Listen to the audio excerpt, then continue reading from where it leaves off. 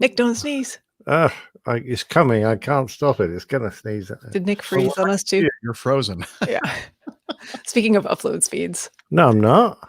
Yeah, you are. Frozen. Well, I'm not to me. I'm not. Well, of course not. You're right there. You can see yourself. You're going like this. No, I'm not frozen. I'm moving. Yeah. Hello, everybody. Hi, Am I better now? Yes, let's fix You're it. good now. Okay. You are live. Okay. I've got an awful lot of programs running. Perhaps I would have shut some of them down, actually. Yeah, that might be a good idea. Don't need that. Don't need that. Boom. Right, Leon. Boom. Luger, Tanya, APG show. Oh, that's us. Masha, not Marsha. Masha. Ant. Oh my gosh. I know. What are you doing, man? Hell has frozen over for a few minutes. Really enjoyed. I've been watching. Man, it seems like every time I go to Twit, I see Ant doing something. He's all over the place there. Yeah. Yeah. You see the cooking contest that he had with a couple of other Twit personalities, or he won actually for his pork chops, I think. Let's see, Robert Fairbairn, or as we know him, Dick. Hamish. Hamish the Haggis. Uber Frank. Who's that? I'm just kidding. I know who. Oh, and Pilot Pip's there. Aeronauts. Pilot Pip. Hello, Pip. Oh, I meant to. Oh, I was going to bring over the. Pip sent me a book. That was very kind of him. Oh, how nice. Yeah. Oh, you know that T-shirt I wore the other day? No. Oh, you're saying Save the Mad Dog. Yeah. Save the Mad Dog. You're going to have to just wear that for the rest of the month. Every show for the rest of the month. I'm sorry. And I'm just going to keep the camera like that. Right. No. Perfect. Yeah, you'd say that. Hey, am I supposed to be in the current show folder? Is that how this works? Steph. Weren't you at try the news folder? I didn't go to the production meeting. News folder? Yeah, that's where we usually start. Oh, that's right. And then the current, I know they're not very well named. Current show folders where all the feedback. Got it. Okay. I just thought it was all in the together in the current show. Can we rename them and put them at the top, do you think? Well, you can. Don't you have a shortcut menu on your sidebar? No. Yep. Oh, shortcuts. I haven't got anything in it. Oh, no, well, I do now. I never put those things in. The other notebook folder, you can close that up so you don't have to get confused by that. And then you can just look at the shortcuts. Oh, right. And if you want to get really fancy and not take your fingers off the keyboard, you can go Command 2, I think should give you whatever the second thing listed is. For me, okay, let me try that. Command 2. Oh, no. Command 2. You're not saying it loud enough. Oh. You got to really get right up on that keyboard. Come on. Jeffy's going to hurt his back. Don't encourage this. My beer. It's too early to be spilling beers and throwing out backs. It's not working. Oh, well. It's this piece of kit. It works for me, apparently. Oh, I'm giving it all these commands and nothing's happening. Technology. What are you going to do with it? Yeah. Oh, yeah. Okay. Are we ready? Yeah, sure. Are you recording? Nope. Then forget it. It wouldn't. Oh, it doesn't open audio hijack anymore. I click on it and nothing happens. That's good. Sorry. New computer ordered. Hey, Ant, you can tell we're professionals over here. Super professional. Yeah, I've never seen Ant with a. We make Twit look like a bunch of amateurs. Hey, we're just trying to make everyone else look great. That's public service on our part. That's right, because that's the kind of people we are. Because we don't care about us; we care about you. Yeah, right. I mean, Ant lets his producer speak every now and again, so we let our producer speak every now and then. We would let her speak. In fact, right? Okay, here we go. You want me to bring her in? Yeah. No, she's no. Oh, wait. Okay, just say something so people know that we let you speak. Hello, everybody. See? Okay, now go back to your hole.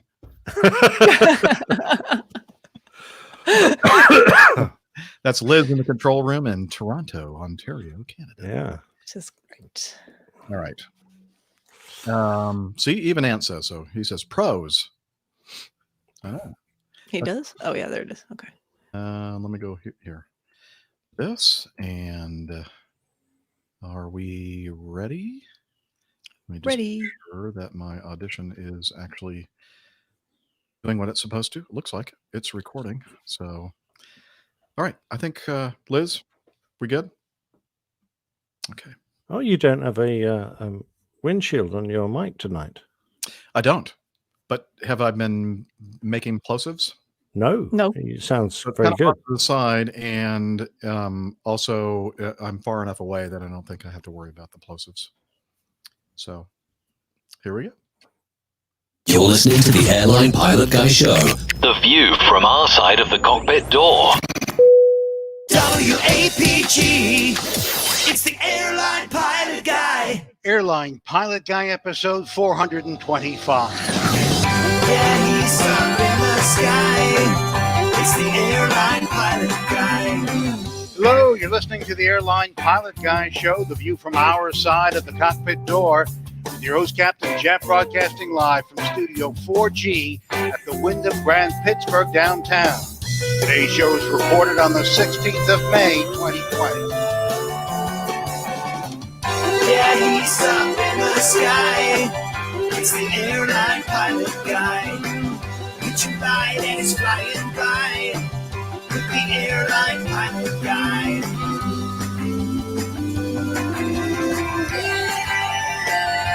In today's episode, United updates social distancing rules following a viral photo of a crowded cabin.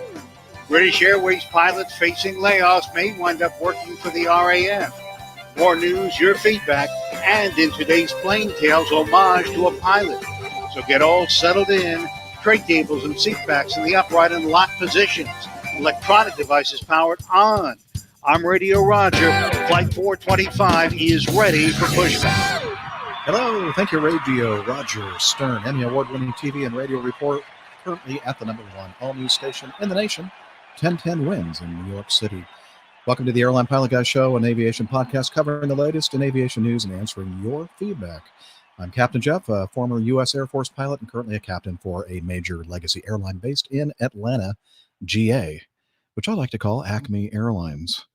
And I'm joined by my awesome co-hosts today from her lakeside home in the Carolinas, a doctor, skydiver, marathon runner, strength training junkie, IPA connoisseur, and commercial multi-engine instrument-rated pilot, Dr. Steph. Hey, Captain Jeff. It is so good to see you guys on a Saturday for a change. Actually, we did a few of these before on Saturday, but it's always nice to do it on a Saturday. Changes things up a little bit. And, today is a perfect lake day here in the Carolinas, but rather be here with you guys. Well, you got a little late time, didn't you? Tomorrow. Okay. Well, thanks for coming. And also, there we go. From his studio in the English countryside, professional photographer, former RAF, RAAF fighter pilot, retired captain for an international airline based in London. It's Captain Nick. Well, good evening, Jeff. Hi there, Steph. You can tell that Steph's still working and not retired. She knows which day of the week it is. Yeah. No, I've just got my fancy calendar that I have to change. I haven't even changed the date on it. It's wrong. Yeah. It's For me, every day is the same now. Yeah. So are you telling me, Steph, that you have not been out on the lake today? I have not. Okay. We can get into it later, but I'll tell you what I have been up to. Well, if you get into to it later, you'll get all wet, won't you? Well, I might. That is the lake. danger of the lake. Can you wait until after? It's full of water. Okay. Very good. So let's, by the way, we have two of the hosts that aren't joining us today. We're hoping that Rick will. He ended up picking up some last minute flying, and he might be able to join us sometime during our show recording today. We're crossing our fingers. And Dana is out there, speaking of lakes, enjoying his cabin cruiser yacht on Lake Allatoona. So Dana, hope you're having a great time with your lovely wife, Julie. So enjoy. With that, let's go on to the news. Oh. Stand by for news.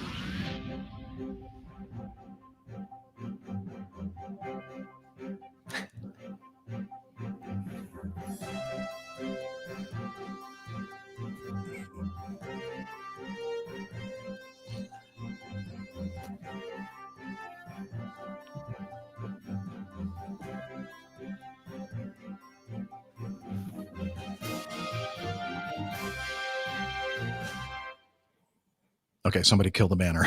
So that seems extra official there on the news. Okay. Let's start with the first item in our folder. We're going to cover a lot of COVID-related stuff, but I don't want to dwell on it. So we're going to try to knock it out as quickly as we can because, it's kind of negative. It's kind of a downer. So we'll just kind of touch upon some of these items here in the folder. The first one, the impact of COVID-19 on U.S. commercial passenger airline fleets. And this is from the airlinereporter.com.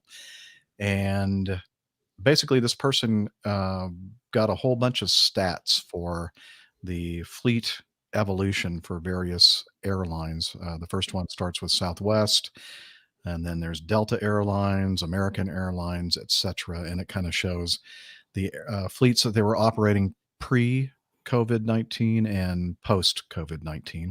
And of course, that's changing day by day. But it's an interesting article and interesting graphs. So we'll have that in the show notes for you guys to. Yeah, they're a little hard for me to fathom. I'm trying to work out what they're all about. But I tell you, the amazing thing is, it's just the drop off, the total number of reductions. It's quite dramatic, isn't it? It's like Yeah, especially when you see it in graph waterfall form. It's like across, and then just and then boom. Mhm. Yeah, And but it's not I just- guess if you want to see which fleets are hurting the most, this is a very useful tool. Well, it's not just one fleet. Unfortunately, you look at it, it's pretty Mm. similar across. Occasionally, there's a fleet there which is hanging on in there. I noticed Mhm. some, the Frontier, the A320 Neos, that they've hardly dropped at all. But I mean, it's interesting. I guess if you're in that airline, it's useful to be able to find out how your airline is performing. It's interesting that it appears that at Southwest, the 737 fleet is doing okay. Do they have any other aircraft, Jeff? No. Oh, okay. You did That have was to- a trick. That was The a other- trick question, wasn't it? The only other one I'm looking at is Allegiant has a big Oh. drop off, and then it climbs right back up to kind of halfway. Did you see that? Yeah, I was like, oh, never mind. Maybe we don't need. Oh to- wait, we'll just continue flying. It's Yeah. okay. Yeah. So anyway, if you're interested in all that kind of data, whatever you want to say, please check out this article in the show notes, ITSN. And moving on, speaking of fleets, big news from Acme's sister airline, Delta, announced just a couple of days ago that they have made the decision. Of course, we all knew that they were retiring the Mad Dog fleet, the MD-88s and MD-90s, and they were already in the midst of retiring that fleet or those fleets. But they've just really accelerated them to the point where this month will be the last month of passenger operation of those things. But then they kind of, in a surprising move, what was it? Just day before yesterday, I believe they said, Mhm. oh yeah, we're going to also retire all 18 of our 777-200 fleet, 777-200 LR and ERs, and that's all we fly. I mean, they fly. So yeah, that's going to cause a lot of downward movement for everybody else, because that fleet tended to have the most senior of the pilots at that airline. So interesting things going on there, but they're trying to get to a size to maximize efficiency in the future. So Oh yeah, it's all about survival mode at the moment, isn't it? yep, it is. But you just gotta adapt to the situation that you're presented with, and they are doing and I think they're one of the airlines that's really handling this the best out there. Well, of course, Acme is doing the best of everybody, I think. I'm not so sure. Nick disagrees. That's only 50% true, I think. Well, that's. I mean, so if you look at that graph, we were always at 50%, so Yeah, it just somebody say stayed 50. where it was. All right. Let's go to C, which is coronavirus. Branson. Oh, there were some other bits underneath that news Was there? on B. Okay, what? U.S. Airlines tell crews not to wear masks. And Huh? Oh, okay. Well, all right. It's underneath the picture in B. I think it's a didn't know link if- to a different article. I didn't know if you were. Oh, okay. Yeah, I'm ignoring all that. All right, Jeff, you ignore that. Okay, here we go. Let's see.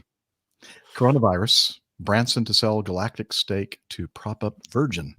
I've always wanted a Galactic steak. I normally have a sirloin, but I thought a Galactic steak. Now that's got to be really good, isn't How it? big would the steak have to be to prop It up? would be humongous. To prop up a Virgin, though? Virgins aren't that big. Oh, okay. Yes. Sir Richard Branson. I don't know if it's the best prop for a Virgin. No. I don't know what that has to do with aviation at all, honestly. So should we just skip this one and move on? No, it's very good. He's selling a stake in his space airline to prop up his ground-based airline. Mind you, space airlines are ground-based when they start, aren't they? His air reliant airline. What else can you tell us about this? He's looking to raise $500 million US dollars, which seems a reasonable amount for something that hasn't actually carried a passenger yet. I suppose it really is the technology that they have and all that proprietary stuff and all that work they've done. It must be worth something. Should be. Yeah. Yeah. Well, that might be an effective way to keep the airline Virgin Atlantic running. Yeah. Unlike, the big airlines, we aren't as bleeding quite as fast, but,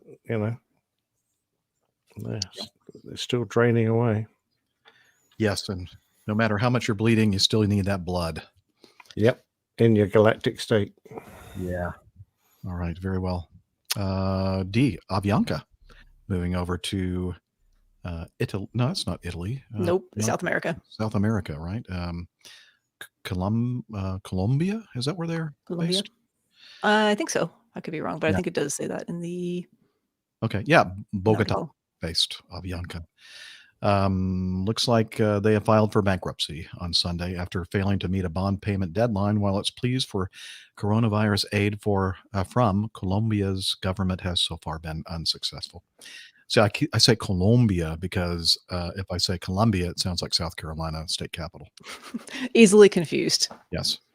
If it fails to come out of bankruptcy, Bogota-based Avianca would be one of the first major carriers worldwide to go under as a result of the pandemic, which has crippled world travel. So that's not good. I'm not sure what the bankruptcy procedure and ramifications are for airlines in Latin America, but or South America. But hopefully they'll be able to secure some financing and be able to come out lean and mean after the Rona is over. So. Yeah, it's a shame to see such an old airline. It's been around a very long time, struggling. But no, it has been. It's been close to the margin, isn't it, for quite a while? So it's hardly surprising it's going to suffer right now. Yeah, I think they were already working on some restructuring and everything before. Yep. I'm going to skip to F because I think it has more to do with everything we've been discussing than E, and we'll go to E after this one. This was interesting, I thought, very clever. British Airways pilots could be seconded to the RAF for up to 4 years. This is from the dailymail.co.uk. BA pilots who face losing their jobs because of the coronavirus lockdown could be given temporary Royal Air Force roles. The pilots union BALPA is in talks with the Air Force to send pilots into RAF roles for up to 4 years. BA and the RAF have had a working relationship for years where military pilots have joined the commercial airline. But the devastation that the coronavirus lockdown has caused the travel industry has reversed these roles. The RAF will select individuals based on suitability, including background, relevant experience, and qualifications. BAPLA said in a memo sent to BA pilots. Yes. And that's not the only time that occurs in this article. Oh dear. Let me have Someone's being a bit hasty on the keyboard, I think. And editing spell yeah. check Right. Well, spell check probably wouldn't have wouldn't catch it, but editing would. Yeah. Paying Mhm. attention. That Mhm. might help. Come on, Daily Mail. They have discussed secondments between 18 and 48 months, but any final plans depend on BA's willingness to welcome pilots back to the commercial airline after secondments are completed. BALPA has entered urgent negotiations with British Airways about its proposed job losses, and the company has yet to justify the scale of its planned cuts. We will fight to save as many of those jobs as we can, said BAPLA. So obviously we have a couple of unions involved. Yes, by the sounds of it. Well, I hope actually they consider including other pilots, because there are other airlines that are also represented by the British Airline Pilots Association. So I don't see why they should sort of hone in on British Airways, other than the fact that British Airways pilots form the majority of the pilots that belong to BALPA. Yeah. And it's interesting. I'm sure there'll be some ex-military guys there who might be able to pick up some fast jet jobs, but I'm pretty sure most of them will be required flying heavies, which is more appropriate, really. And don't forget that the Royal Air Force has a number of A330s. So any A330 qualified pilots, and there's bound to be some from Virgin Atlantic who might want to take that up, will probably be best qualified to go and have a go on those. I would imagine that there are probably some EasyJet pilots that might also. Yeah, A320, A330 conversion isn't hard. No, it's. I think it's very good to see. Sadly, it won't be a very great number. I wouldn't have thought. Probably not. There's another. I don't know if it was as part of this article or another one that I just put with it, but it talks about a BA pilot got a new job as a Tesco delivery driver. A BA pilot out of work due to the Rona pandemic has started his new job as a delivery driver. His name is Peter Logan. Was saluted for his temporary change of career as he ditched 747s. I don't think he ditched them. I think he was forced to do this for a Mercedes Sprinter to drop off food to Britons in coronavirus lockdown. BA has grounded all flights at Gatwick and dramatically cut its services at Heathrow, while pilots have been hit with a 50% pay cut for 3 months and told to take 2 weeks of unpaid leave in both April and May. There's a nice picture of him and his partner, Marianne Whiston, and this is when they were both flying for Thomas Cook, which is an airline that stopped service. Was it last year? I think it was. Last year or the year before, I forget exactly when, but it was fairly recently. Fairly recent, yeah. Anyway, so there's a picture of him in the cockpit with his partner, and then also a picture of him in his truck or lorry or whatever you want to call it, delivery truck. And anyway, and the article goes on to talk about how the Rona has affected UK airlines, British Airways, EasyJet, Logan Air, Jet2, Virgin Atlantic, and Ryanair. So if you want to check it out, it'll be in the show notes. Absolutely. Item E. United updates social distancing policies after viral photo of a crowded flight. Crowded fight. Farmers and fights and all My- kinds of strange things in this. Yeah. This is from the Washington Post. For the past 2 weeks, Weiss, probably the way. Weiss, yeah. Ethan Weiss. Had been in New York, the epicenter of the U.S. coronavirus outbreak, volunteering at hospitals to help care for patients infected with the novel virus. But as Weiss tells it, he was about to face an even more daunting task this weekend: the plane trip back to San Francisco.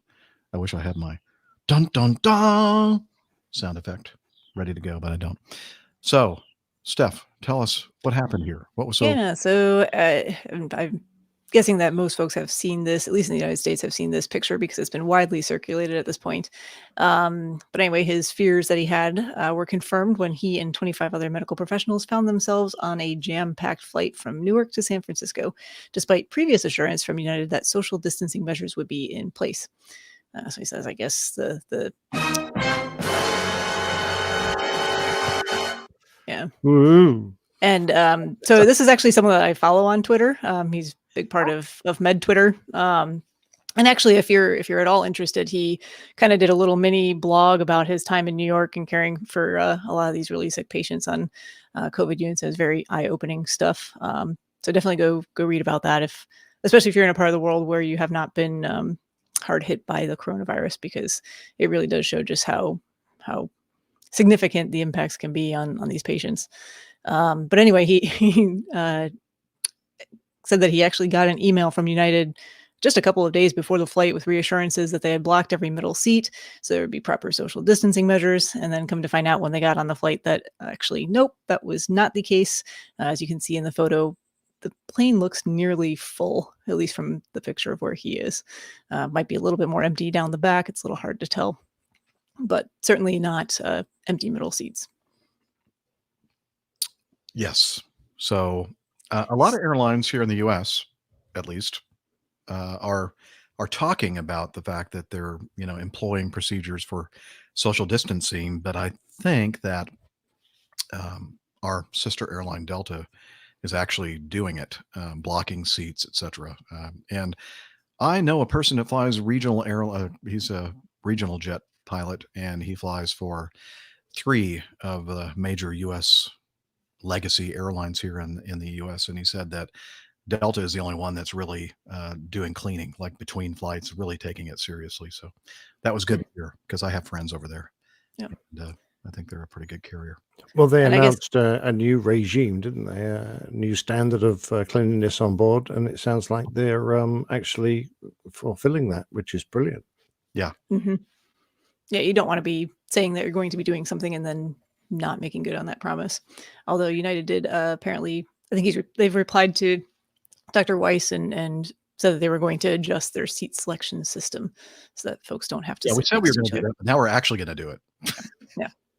That thing we said we were going to do. Okay, going forward, we'll do it now. No, I have to say that on Acme, and I think a gate agent did this, because we've been doing a lot of deadheading lately because of the wacky schedules because of the pandemic, and so we have a way to go in and kind of choose you're given a seat, and then you can go in after that and like change seats, and usually we move ourselves from economy to comfort plus, that transition area between economy and first class, and that tends to be the area where there are more seats available and there's more space between passengers and that kind of thing. And then first class, and the airplanes that I've been deadheading on have 16 seats, so basically 2 and 2 In first times or- 4 Mhm. first class. And so I was on one of these deadheads a couple weeks ago, and I walked up to the thing, and it was, oh, moved you up to first class. And I'm thinking, oh, okay. So I'm expecting that I'm going to sit in my first class seat. I think it was she or he assigned me for, a 1C. So that would be the So aisle. on the Mhm. very first row on the right side. And I'm thinking, okay, nobody's going to be sitting next to me, right? Because of social distancing. And no, this agent packed the entire first class. So we're sitting like right next to each other. I'm thinking, You weren't I don't supposed to do that. they were That's supposed to do yeah, this. yeah. And so, Like, I appreciate this, but I might go back to where I can be by myself. so what I do now, I deadheaded yesterday up here to Pittsburgh. I went up and said, don't upgrade me to first class. I don't know if it's available or not, but don't upgrade me. I'd like to stay in my seat that I picked for myself in economy comfort or whatever. And the gate agent said, okay. So anyway, I don't think they're doing that anymore. I don't think they're packing the entire first Mhm. class section. I think that was just one of those things that the agent thought he was doing a good thing. But Right. Although I guess theoretically you have a little bit more space in those seats just because Yeah. they're not, the seats aren't packed as tightly together, but still. not a lot. No. I mean, anywhere you cut it, you're not getting your 6 feet or 2 meters of separation in airplane row. So Nope, you're right. All right. Anything else to say about social distancing and wearing of masks on airliners? I think we're going to talk about masks with the next one a little bit more because Yeah. actually there was a question from Captain Al, just a brief question, but let's move on and we'll get to it. Okay. So this is a very important breaking news item here, item G. Major airlines to require face masks on all flights. And there's a picture, I should probably share that so everybody that's with us live in the chat room can see it. So let me see here, share screen. And let me see if I can find it. Nope. There, and there. Share. Okay. See that? So it's got a mask and a hearing aid by the looks of it. Oh yeah, I see on the left ear. Yeah, a hearing trumpet. Very, very, very big hearing aid. If you're listening to the audio only and you're not looking at the show notes, this is a 787 Dreamliner, and it has a big giant blue face mask on the nose cone. Seems like something that the folks who created the movie Airplane would do. Yes. We're requiring masks. Complying with the rules. Yes. That's all. I'm just a bit worried. It doesn't actually say remove before flight. I hope I mean, it's probably just going to blow off at some point, but it's all right. So the question was, are airlines handing out masks to passengers who don't show up with their own mask? They are. At Acme, they are. I don't know that that's standard across all airlines, but I know that the vast majority of airlines are requiring masks for all passengers in the U.S. And right there's now. a pretty good supply at Acme for those who show up without the required mask. And from what I can tell, based on riding in the back on my deadhead flights, everybody is complying. So They have the mask over their nose and mouth? Yeah, believe it or not. Really? Some over their ears. Just wrap their whole head up in a scarf. Yeah. Sure. So why not? You can't be too careful. Are they actually policing where they stick them, though? Or have you got to put them on your face? Well, and if you put them on your face, have you got to put them on your mouth and nose? That sounds familiar. All right. And let's see, anything else? No. All right. Now let's get serious. This one is not a happy story, but it's real, and it has nothing to do with coronavirus as far as we can tell. On May 8th, was it? This is from CBS Austin. Anyway, sometime during that week, the engine cowling, let's see, of a Southwest Airlines flight 1392 from Dallas shows visible damage after a person was struck and killed on the Avia runway. What does that stand for? Austin. It's the name of the airport, Austin. What's whatever. the name of the airport? International Airport. Yeah, it used to be Bergstrom Air Force Base, actually. And then the Air Force relinquished control, and now it's the city airport. Austin Bergstrom International Airport, Thursday night. A photo of the engine cowling shows visible damage. The image provided to CBS Austin by a source familiar with the accident shows a sizable dent to the leading edge of the cowling on the left of the engine of the 737. The FAA said in a statement that the pilot of Southwest Airlines Flight 1392 reported seeing a person on the runway shortly after the plane touched down. And, I was going to play the audio of this. Let's see if I can still do that. That's one thing I forgot to do. One of many, probably. So let's see. I believe. Here we go. Should be able to hear this, I think.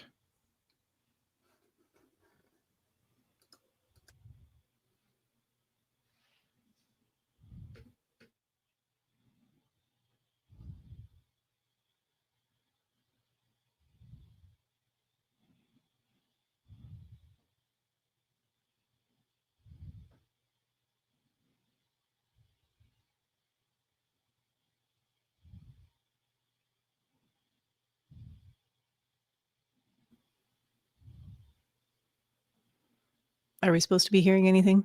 Oh, you're not hearing anything? No. Oh, you guys waited a long time to tell me that. Well, for a minute there, it looked like you were still working on it. I could hear like No, mouse clicking, and then I gave it another few, and I was like, okay, yeah. well, I'm glad you did. Okay, well, apparently that didn't work. Okay, I guess we'll do this then. Let me share that, and that way you will definitely be able to hear it. We're pros, Ant. We're pros. That's what it is. I'm so intimidated by the fact that a broadcast professional is with us that I don't know what I'm doing now. All right, here we go. And I'm going to share the audio and hit share, and then do this. Let me start from the beginning. Southwest 1392. Where exactly do you see the map? Well, they're behind us. They're behind us now. Southwest 1392. Roger. So you saw them just as you touched down. Hey, firm. 1392. Roger. Your discretion. Taxi vehicle Golf 2 to parking. 200 ground. Did you copy the report on the Southwest about somebody possibly on the runway? Affirmative. The Southwest has parked on Golf right now. They're just holding on position. They said when they touched down on runway 17 right, they spotted somebody on foot on the runway out there. Southwest 1392, I have a number for you to copy down. The supervisor would like to talk to you, just in case they have any more questions. I haven't heard anything yet. They're checking the runway right now. I know we just closed down the runway, but I'm not positive if anything was found out there. A mysterious illness affecting children mysterious who have been diagnosed illness. with COVID-19. Yeah, we don't want to hear about that, do we? Okay. No. So we have a number we'd like you to copy down. We didn't do anything wrong, was it? It wasn't us. No, that was a okay number. Yeah, They it was just okay. need more information. Not, hey, you really screwed up and we need to talk to you. There was a lot of discussion about this on various forums out there, and some people, and I think that there are people that are not pilots or airline pilots that said, well, they should have seen that, before they touched down or whatever. I'm thinking, yeah, we're coming in pretty fast, and it's right around sunset in Austin at 8:15 in the evening. That is the hardest time to see anything. It's just you get the light comes in from that low angle, and it just really obscures a lot of things that you might see otherwise. And even if it was the middle of the day, I don't know that they would have been able to see someone. Yeah, it's not like another airplane on the runway. It's a human, and those runways they're not big. No. Yeah, a runway's a mile or two long, and trying to spot something a mile in front of you when you're coming down, and your eyes definitely aren't. Once you've cleared the runway as best you can, your eyes are looking for different cues when you're in the flare and actually touching down, and you wouldn't necessarily be ready to spot something like that. No, and by the time you'd see something like that and make some kind of a reaction to try to avoid whatever it is that you're trying to avoid, it's just too late. Your power's probably back to idle. And, even if you try to do a go around at that point, you'd be a couple thousand feet down the runway probably before you lift it off again. Yeah. So there was nothing they could do. I've told this story before, but I remember I mentioned I had someone run across the runway in front of me when I was getting airborne out of Lagos. Yes. And that was, I didn't see him until I looked up from the 100-knot check when we called the speed and looked up, and this guy was trotting across the runway. And, when you've got a big, heavy airplane, there's not a lot. You're a bit like an ocean liner. There's not a lot you can do to avoid someone. You can't take off into the grass to try and get around him. You put 300 people in the back at risk. So, and if you try and stop, it takes a long time to stop one of those things, even, with the fantastic brakes and reversers that we have. So there's not a lot you can do. Must be a very traumatic event to realize that you could tell in that the communication there with the tower that these pilots knew that they had struck and most likely killed a human on the runway. Yeah, interesting. I've got a few friends in the railway industry, and if a driver hits someone, a lot of suicides on the railways, sadly. I think they get about 6 months off if they wish it. And I would hope that these pilots would be treated very well after this, because even though you might try and brave it out, I suspect that event is going to sit in the back of your mind for a long time. Yeah, absolutely.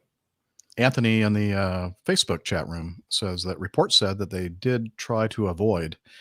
To Nick's point, wouldn't that be even more dangerous? And I think that, the reports that he's talking about, I had seen that in some of the articles, and I'm thinking that was just supposition or speculation, really, because of where the cowling was dented on the airplane. And it's possible they may have tried to use a little bit of rudder, or maybe even a little bit of right bank to try to swerve out of the way to the right to avoid hitting this thing. But there's very little you can do. You're going so fast. No, it's interesting. You can tell that by when they call up, there's a lot of uncertainty in their voice. But I wasn't sure that they knew for certain that they had actually struck someone or a person. But I was thinking if you did, you would feel that potentially, even on a large airliner. Yeah. Yeah, it would definitely be a big bang, I think. And I'm not talking about the sitcom. Oh, well, tragic stuff. But... Yeah, really tragic stuff. So anyway. All right. Well, I don't know what else to say about that. It's just a bad situation. It's just bad that they had to experience that. Oh, do we know where the bloke came from? I gather he wasn't an airport employee. He wasn't badged, and they assume he came over the fence. Is that right? That is true. I saw something just yesterday that said that they had identified, they didn't release who the person was, but they did identify the person who was not in any way related with the airport or airlines or anything else. Somehow breached the security barrier and was just wandering on the runway. So, well, at least it's not a lack of procedure or a lack of clearances. But some airport worker who was put in a dangerous position. So if someone came over the fence, there's not a lot you can do about that. Kind of like that guy that climbed the fence in Atlanta and climbed aboard an Acme Mad Dog right wing. Oh yes, I remember, just wearing his underwear, wasn't he? Yes. Yes. Yeah. Interesting. So maybe he was related to that guy. And I don't know. No. Okay. Probably not. Item I. So we talked about the show, and this one happened at the Zaragoza Air Base in Spain. A Spanish Air Force Airbus A400M suffered a bird strike, and there are a couple of photos here. Let me share them with you because it made a big hole in this A400M, didn't it? Oh yes, Yeah. There's a lot of damage there. Seems like quite the bird. Yeah, big. You can see the aircraft's intestines hanging out. Yes. Oh, perhaps that's the bird. I don't know. It might be it could be either, I guess. That I believe is the area of the fairing of the main landing gear on, I think it's the right side, and it's so forward of the main landing gear. That would make sense, wouldn't it? Let's see here.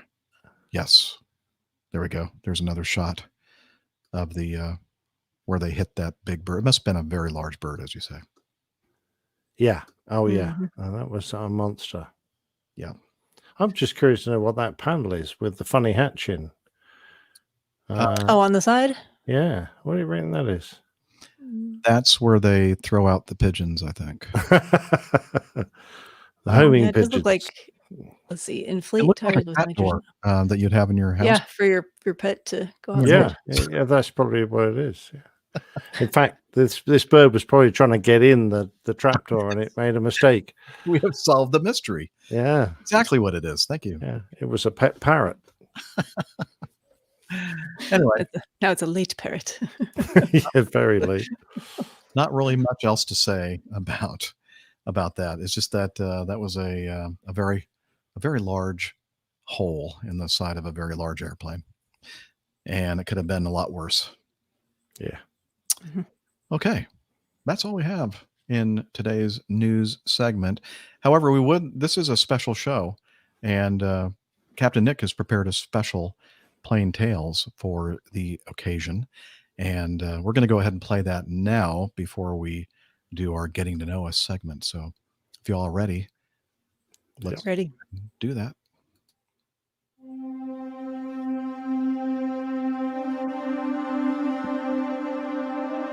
The Old Pilot's Plain Tales, a homage to a pilot.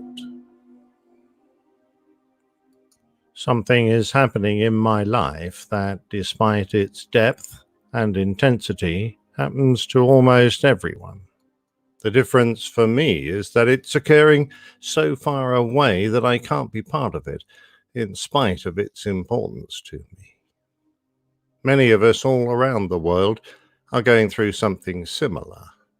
It's partly a function of travel restrictions brought on by a health crisis that has forced its way into our lives like an unwelcome drunk at a wedding, a belligerent foe who, despite our fury, we're unable to attack. An awful distraction when we need calm and understanding, plus a steady hand, but all we see around us is fury and frustration. I'm losing something that has been part of my life since conception. An overriding, dominant force that has taught and controlled, but nurtured and comforted as well. There is nothing in my life that could possibly replace it. And when it's gone, I will have lost something so unique and precious to me that it will leave a huge gap in my life, a hole in my heart that will never heal. While I write, impotent to change what is happening, the life force of a man who lies thousands of miles away is slipping from his grasp, a grasp that has been firm and sure for all of his life until now. He grew up on the white sand beaches of Western Australia, not as some might think, a boy from privilege, but one whose grandfather was a carpenter and father a postal worker. As our youngsters are enamored with celebrities on YouTube, 100 years ago, the advances of science and technology inspired the young people of the world. So it was that he took time from the fun he was having at the Cottesloe Lifesaving Club to go gliding in a flimsy machine that they built themselves. My first step towards actually getting airborne was to join the local gliding club.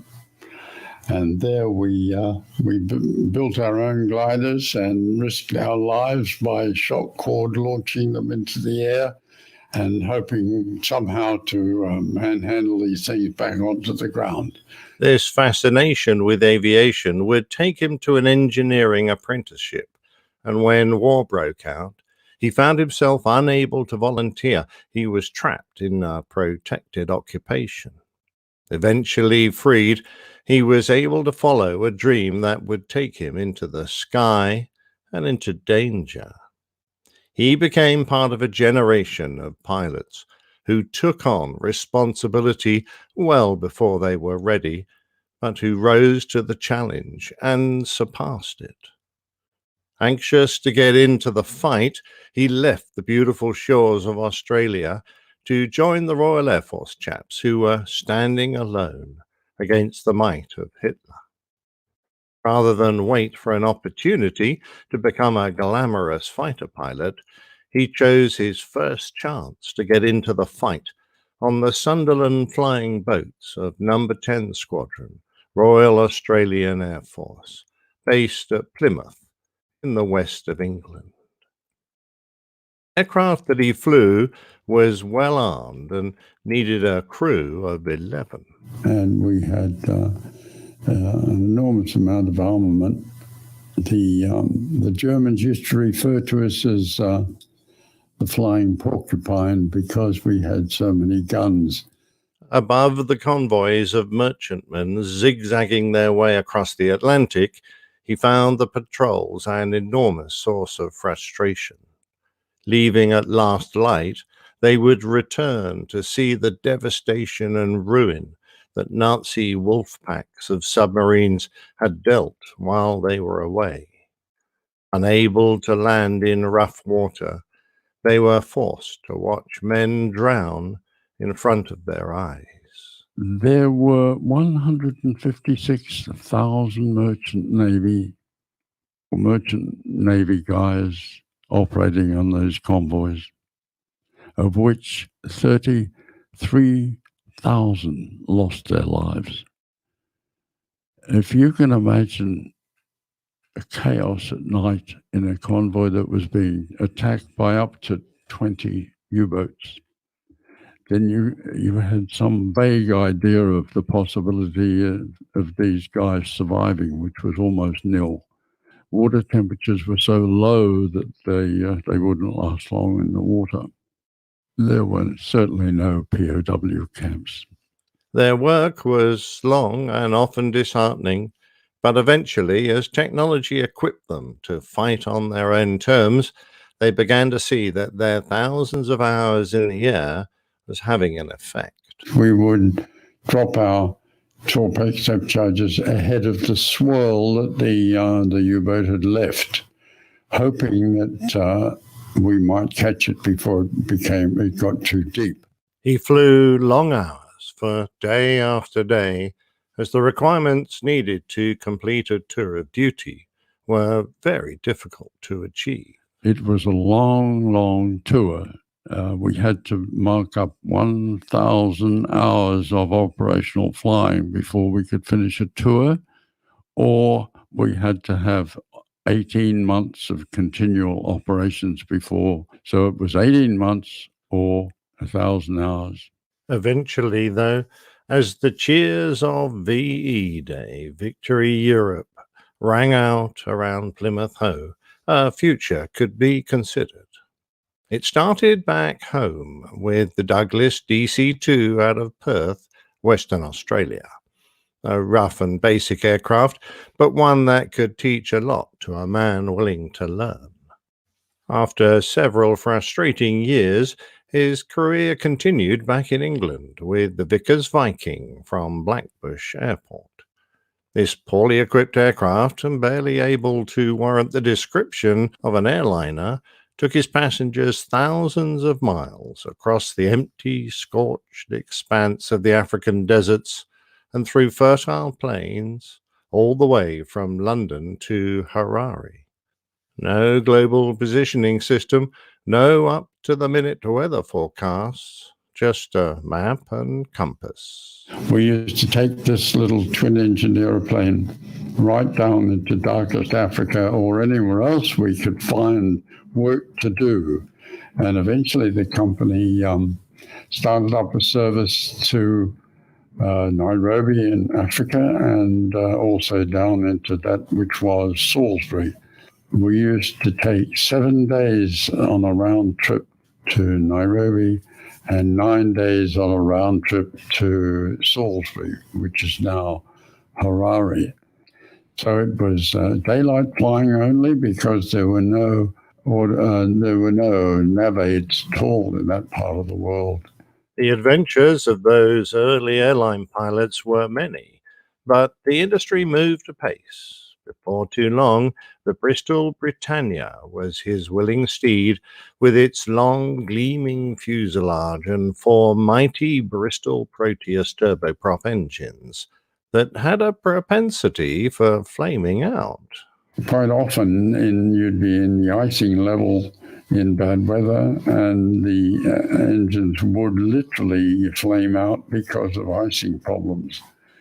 This wasn't a great worry to Bristol's because they'd put a glow plug inside the engine that immediately relit it.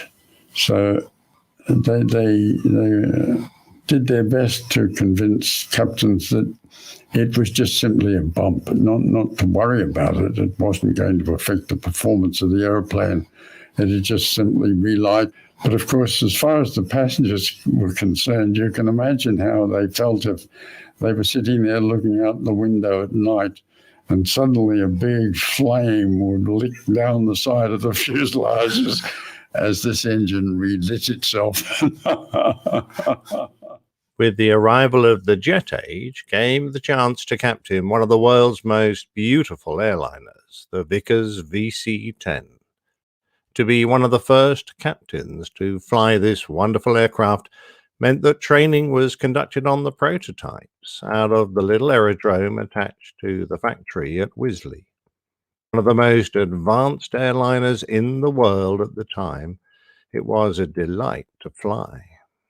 It turned out that the VC-10 was one of the most sophisticated aircraft to be produced at that time, and it was overpowered. So you couldn't imagine a more satisfactory airplane from a pilot's point of view. If you've got an overpowered airplane, you feel a lot happier. It was really quite spacious as well, and it was capable of flying beyond the speed of sound if you'd like to push it that far, and we were told strictly not to do so. So we used to fly it just below the speed of sound, and they were perhaps in the days before everybody had to fly at the same speed, for instance, across the Atlantic. A takeover by another company led to a move on to a Boeing aircraft, the 707, which didn't prove to be particularly popular amongst the pilots who had left the VC-10. 707s. Now, the 707 was going to replace the VC-10A because it was equipped with fan jets and not straight-through jets. Therefore, it was much more economical, and also it had greater capacity. So therefore, it could bring the company back into profitability. Well, after the enjoyment of flying the VC-10, the 707 was a different kettle of fish. We used to call it a very nice piece of agricultural equipment.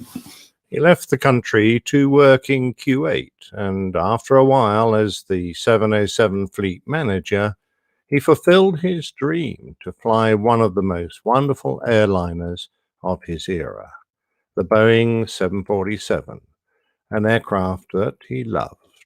Eventually, I did end up in Seattle, doing the conversion onto the 747. And so I therefore felt that my career was just about complete by buying one of the smallest to the biggest available at that time. But it was a beautiful airplane, there's no doubt about it. And of course, as far as Kuwait was concerned, with so much money available, they had everything on the airplane that Boeing could possibly think of. So it made it, from our point of view, a really deluxe aircraft to fly.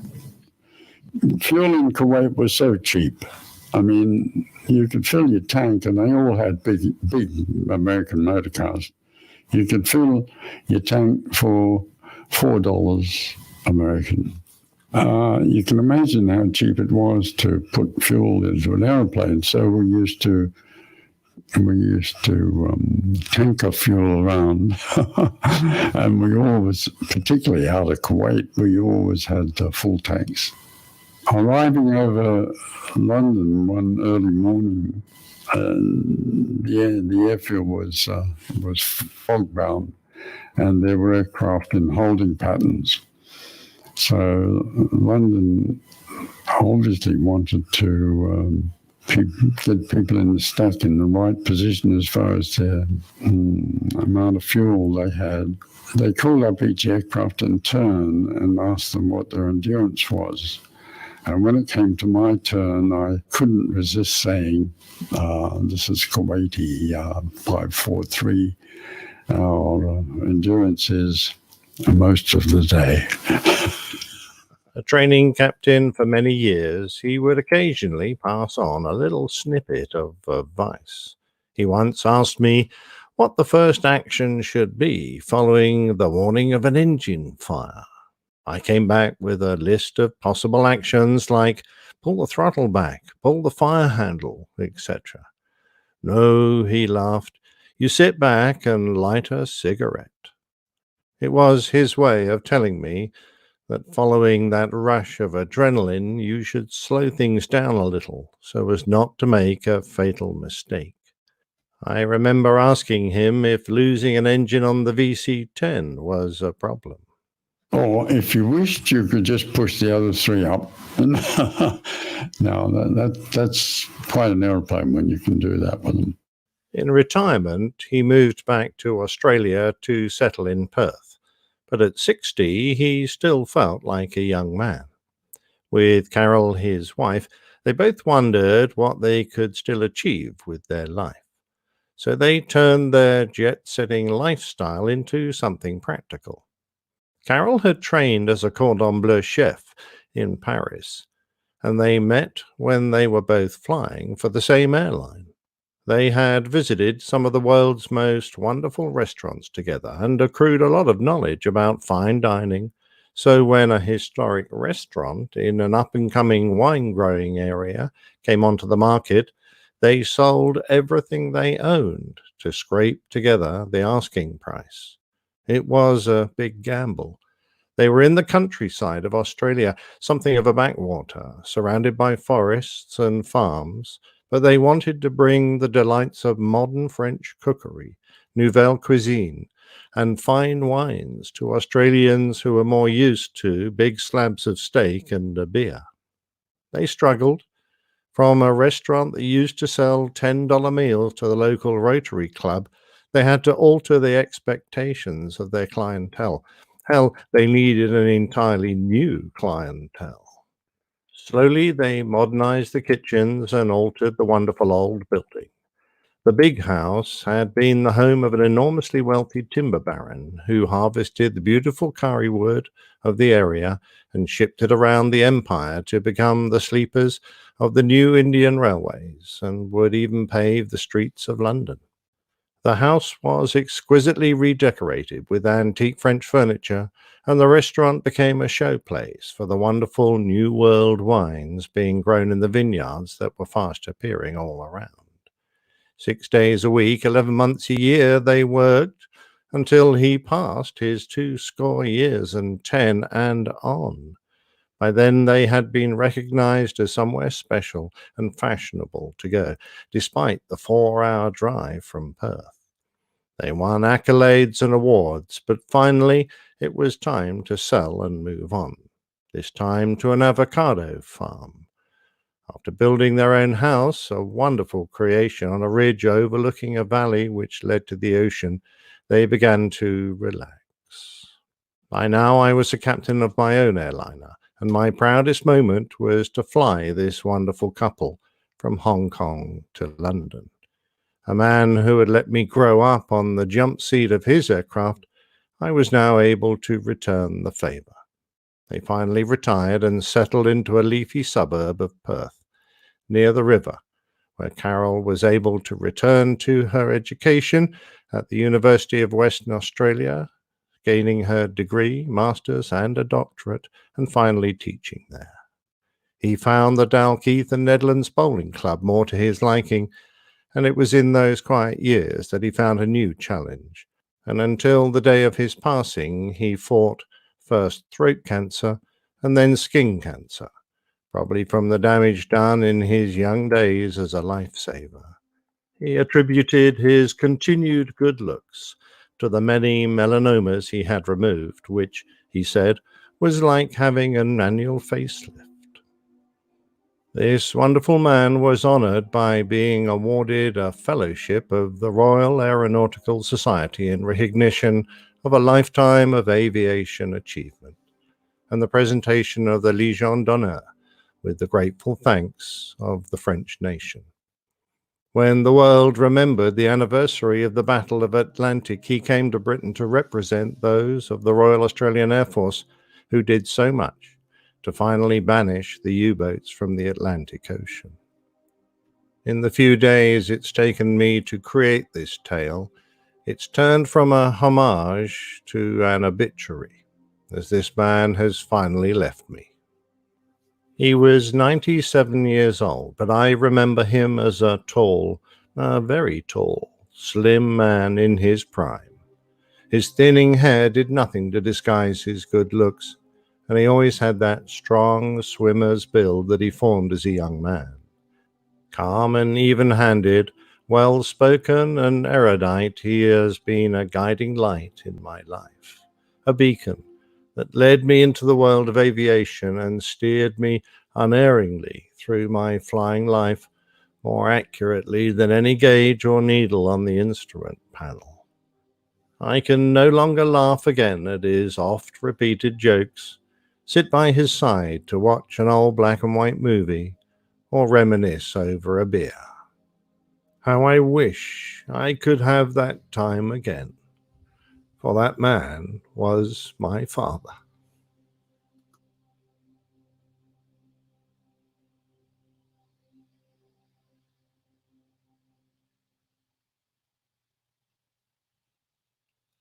I'd like to propose a toast to an amazing man who lived an amazing life and who produced an amazing son. 3 amazing sons. But thank you very much indeed, Jeff. What was his name? Mark? Mark is the middle one.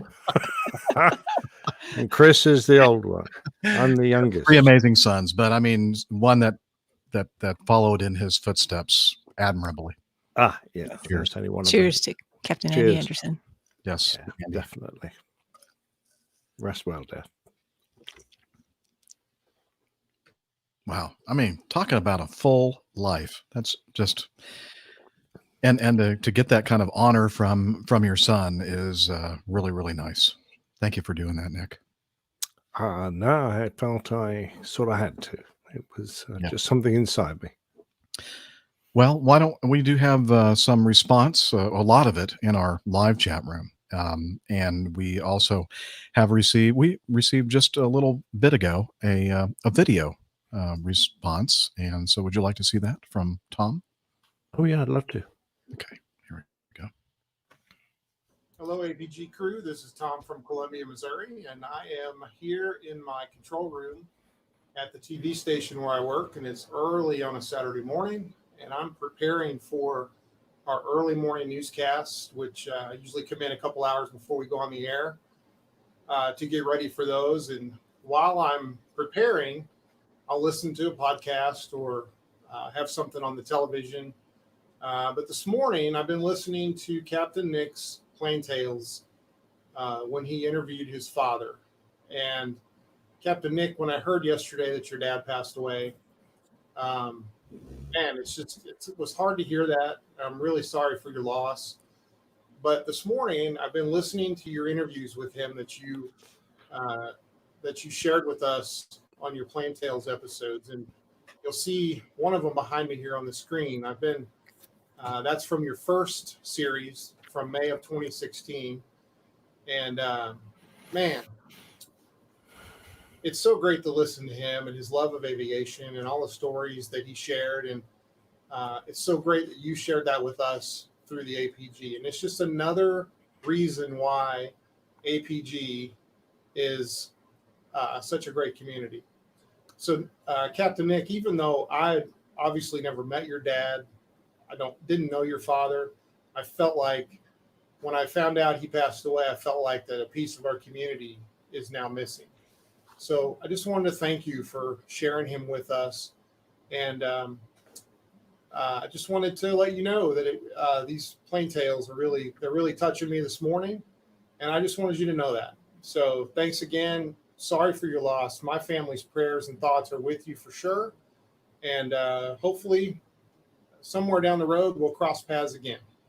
See you later. Wasn't that nice? Thank you, Tom. Absolutely lovely. It's very kind of you, Tom. That's a really nice thing to say. Cheers.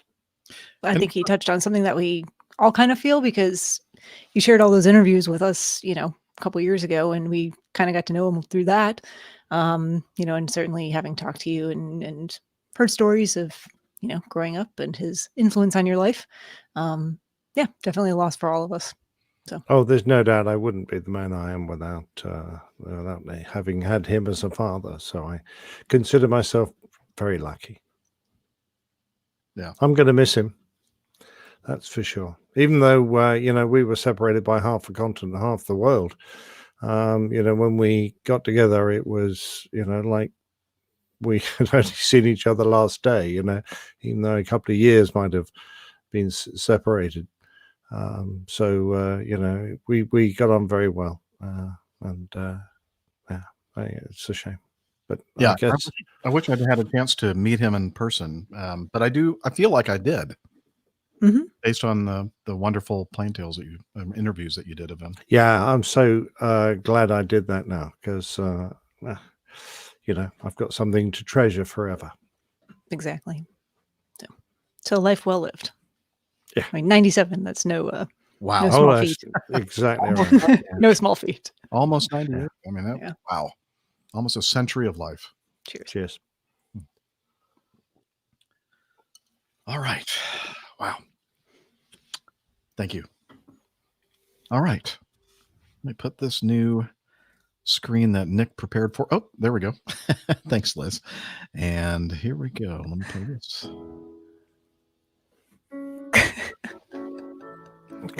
Some very flattering photos. Who are those reprobates? I love that one of Steph. With the needle. Yeah. You have an evil look, don't you? Yeah, I think I was threatening to use it on one of you at some point for something. And thank you for choosing that wonderful picture of me. Yeah, your picture front and center there. It's great. Okay, take it away, Liz. Thanks. A nice picture of the Mad Dog cockpit there, though. Yeah, I like that. Yeah. Getting to know us. And yeah, Steph looks a lot better in my hat than I do. Except it doesn't fit my head at all. Shh, don't tell her. Giant. I have a small head. It's okay. So, since we don't really do seniority here at all anymore, I think that we're going to start with Nick. How have you been doing, sir? Okay, well, it's been a very eventful week. Yes. Was it Tuesday, you said, when your father passed? That's right. Yeah, it was.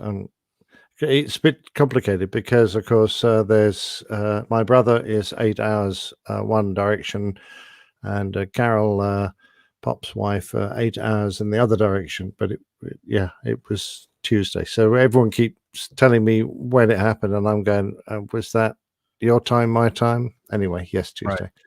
So we knew he was in a bad way because he'd had quite a serious fall at home, and he was definitely not in the best of health, and it doesn't take much, I think, when you're in that kind of vulnerable situation to push your body just a little hard, and that's kind of what happened. And they moved him into hospital, and he just quietly, his organs gave way, and that was going to be the end of it.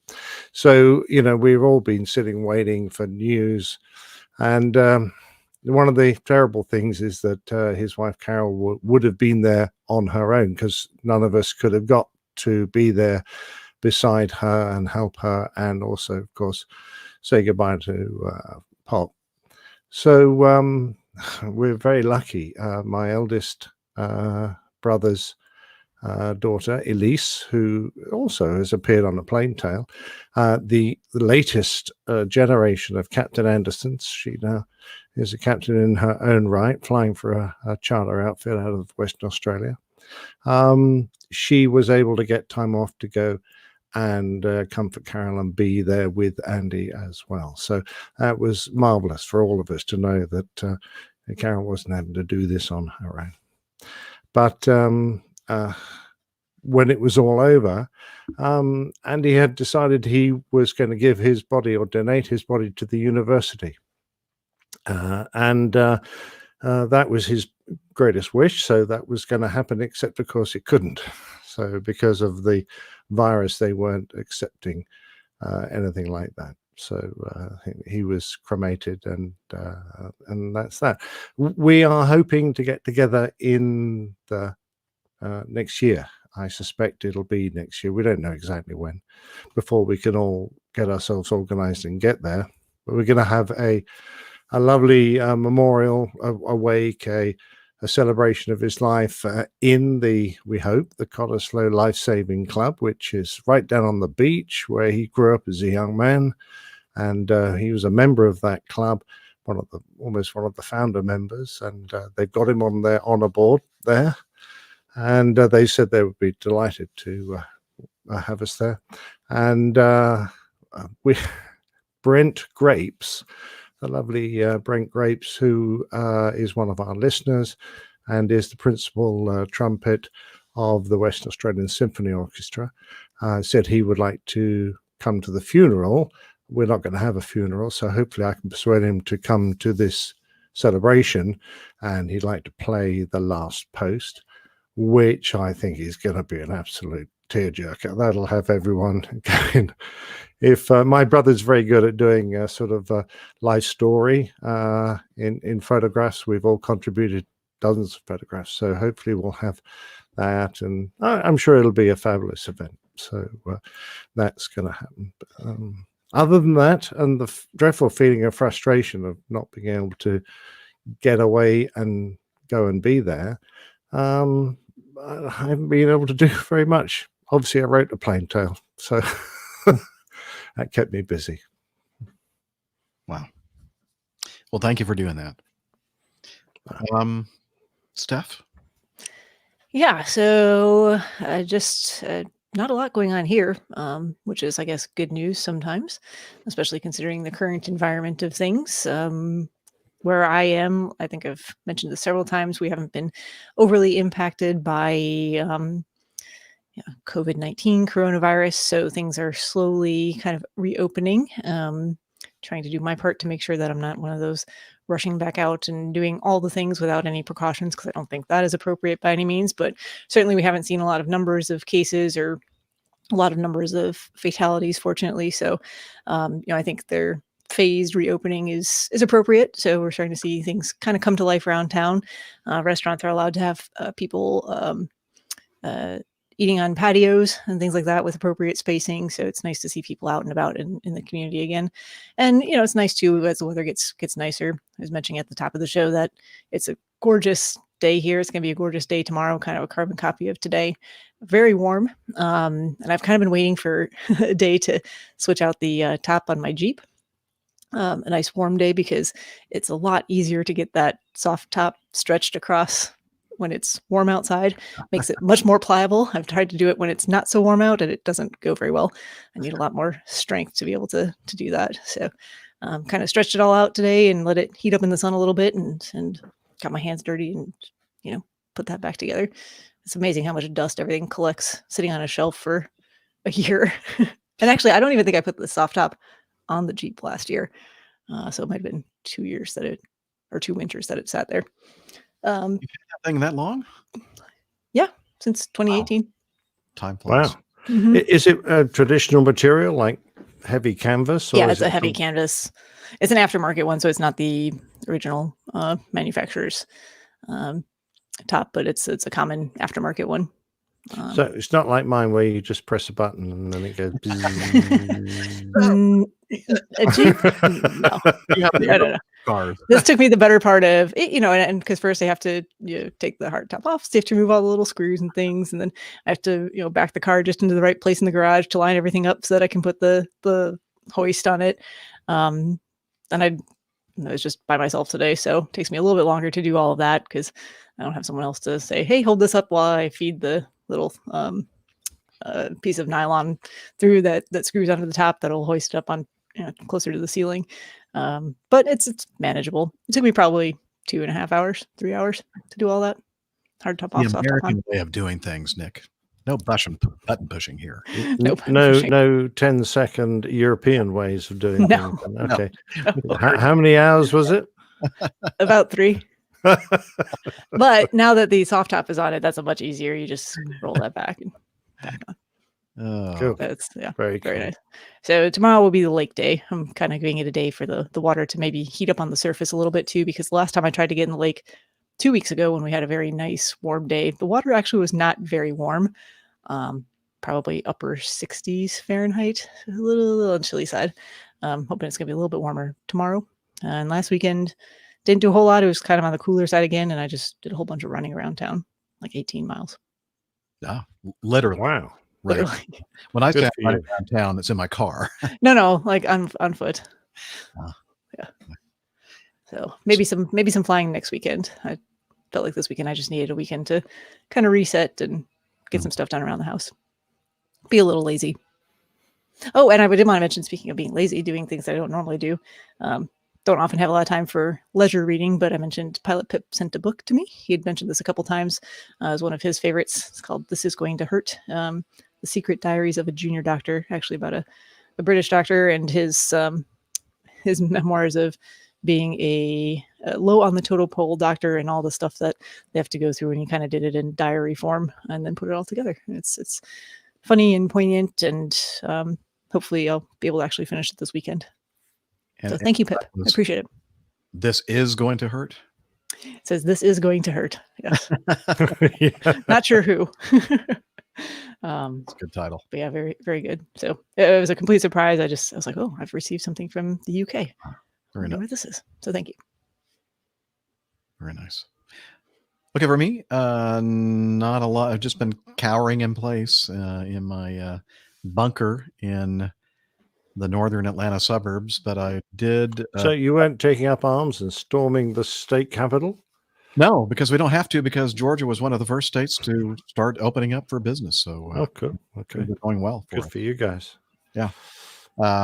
So yeah, I think it was like a couple of weeks ago when I got my hair cut, and things are almost back to normal. Still waiting on my eyebrow lady to be able to see customers again. Me too. Yeah. I probably could use an eyebrow lady. It's your moustache lady. You need. The problem is she's in a neighboring state that has not opened up that type of stuff yet. So I have to wait a little bit longer. That's all right. So I'm thinking to myself, it'd be kind of nice to go out and fly. I just don't like sitting around not doing anything. So I looked at the stuff in the open time, and I saw this trip that I'm on right now, which is one deadhead leg on Friday. I'm off all day today, and then I fly one leg back to Atlanta tomorrow. And I'm thinking I can use this, and I can knock out my recovery flying obligation for the 1st of June. And that way that will give me a little bit more of an edge to actually get this trip. So I'm thinking, yeah, I could use the extra time as well. So I bid for it, was awarded the trip. And then I realized that basically the way the rules work with all this recovery flying stuff, I'm not sure about this, but I don't think I'm going to get paid for this trip. So I basically am doing it for free. But that's okay, because it's nice being away from the house and out and about, although things are pretty quiet here in Pittsburgh, especially at this hotel. But yeah, so I get to fly probably the third to the last ride on the Mad Dog. I have a couple of trips. Let's see, Monday morning I'm supposed to go, Monday midday, go fly up to Philadelphia and back. And then they finally dropped everything that had anything to do with Grand Rapids for the rest of that trip. So I fly on Monday. Maybe I'll be able to pick up something for the rest of the week next week. And then the same thing for the following week, although they still have all the Grand Rapids stuff on there, even though that's not going to happen since we're not flying from Atlanta to Grand Rapids, Michigan. So anyway, that's the flying thing. And I was going to ask you, Jeff, what are you doing for food up there? Are you finding restaurants? Oh yeah, things are open here. Believe it or not, even in Pennsylvania, they do have still some strict rules, but there are places that are open for business and takeout, mostly takeout or delivery. Okay. And so yeah, I'm not having a difficult time at all finding, because I'm downtown Pittsburgh. Last time I was in Pittsburgh, I was out near the airport, and there was absolutely nothing near the hotel. It was kind of very close to where we stayed 3 years ago for Wings Over Pittsburgh. And there's absolutely nothing. Even the hotel didn't have food. So this is a different situation down here in the downtown Pittsburgh area. So not bad at all. I was able to find a place that sold beer. So I have this is made in Cincinnati. It's called Rheingeist Truth IPA. It's really, really good. And so I bought a 6-pack of that yesterday and found a place that has amazing pizza. So bought a large pizza, and I've been feasting off that the last couple of days. So Luckily, we have a refrigerator. I was gonna say, is there a refrigerator? It's just sitting out in the open. Refrigerator and a Pizza. microwave. Yeah. Ooh. Yeah. Ooh. Fancy. So yeah, not hurting at all here. Let's see. We do have something that was sent in. Pilot Pip. Speaking of, he had mentioned the BBC radio sitcom Cabin Pressure, and Chris Marsh sent this in. He says, "I thought you might want to circulate this news to those in the UK, including Nick, of course, and it might be worth doing so straight away as it relates to a series starting tomorrow. The BBC's radio sitcom series Cabin Pressure is being rebroadcast on BBC Radio 4 each Sunday, starting at 19:15 or 7:15 for regular people, p.m. on May 17th. Regular people. Yeah.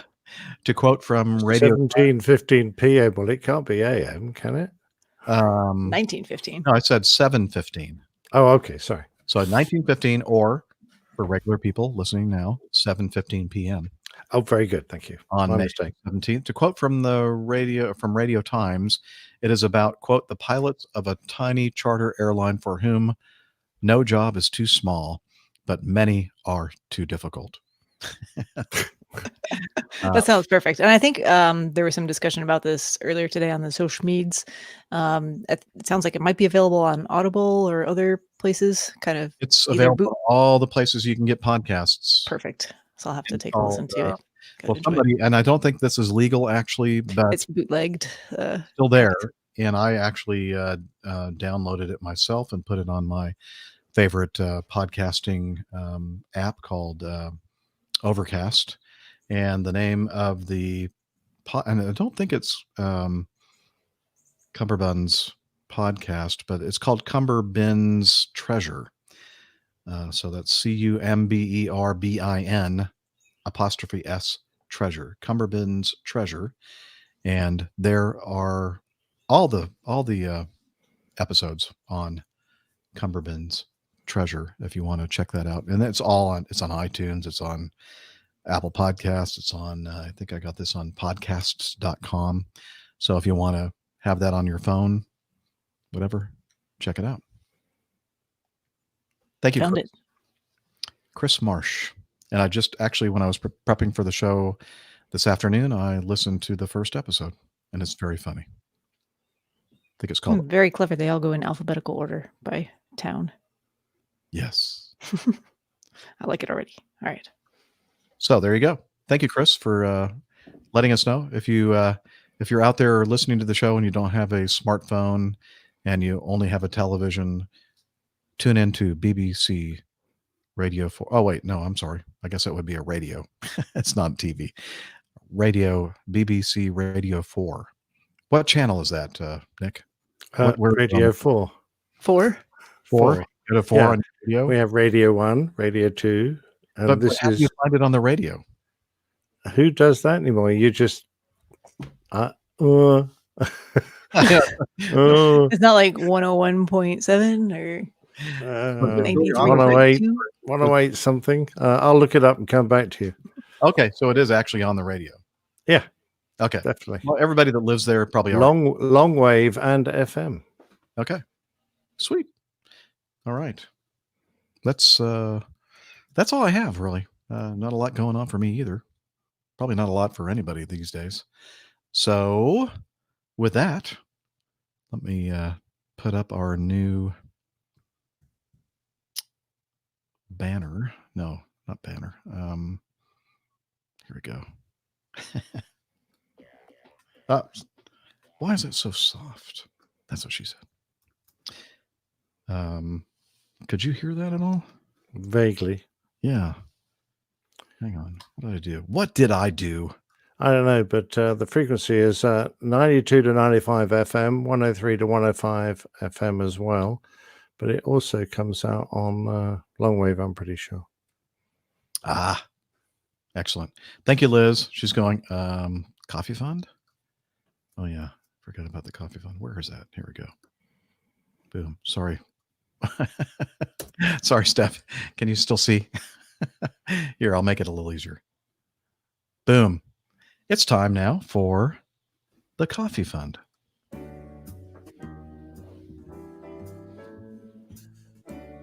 How much more coffee? No thanks. I love coffee. I love tea. I love the APG community. Coffee and tea and the Java and me. A cup, a cup, a cup, a cup, a cup. All right. It is now time to talk about these wonderful people who support the show. You'll notice we don't have any commercials on this show because we are listener supported. And since the last episode, a couple folks have used the Coffee Fund Classic method to contribute to the show financially. And those people are Jordan Decker, George Leslie, Mazus Karim, Michael Kwok, and Noel Bach Halloween. Or Halloween, I'm not sure. Noel, let us know if we got that right. They used the Coffee Fund Classic method for contributing to the show. And we also have a new patron via patreon.com, and he is an assistant senior executive producer. So it's like almost the top tier of the patrons, and his name is Ilyas Kolombalwala. I know I butchered that, sorry. I-I-Y-A-S. Ilyas, maybe? What would you think, Steph? Yay? Spell it again. I-I-Y-A-S. Ilyas? Sure. Yeah. Anyway, he is a new patron at the $10 or more per episode level. And as I mentioned, right now we're not charging via Patreon this month, but perhaps we'll get back to regular charging contributions, that kind of thing, in June. So stay tuned for that. So that is it for the Coffee Fund. Thank you very much, all of you who contribute and have contributed in the past. And if you want to join that great group of folks, you can head over to airlinepilotguy.com/coffee.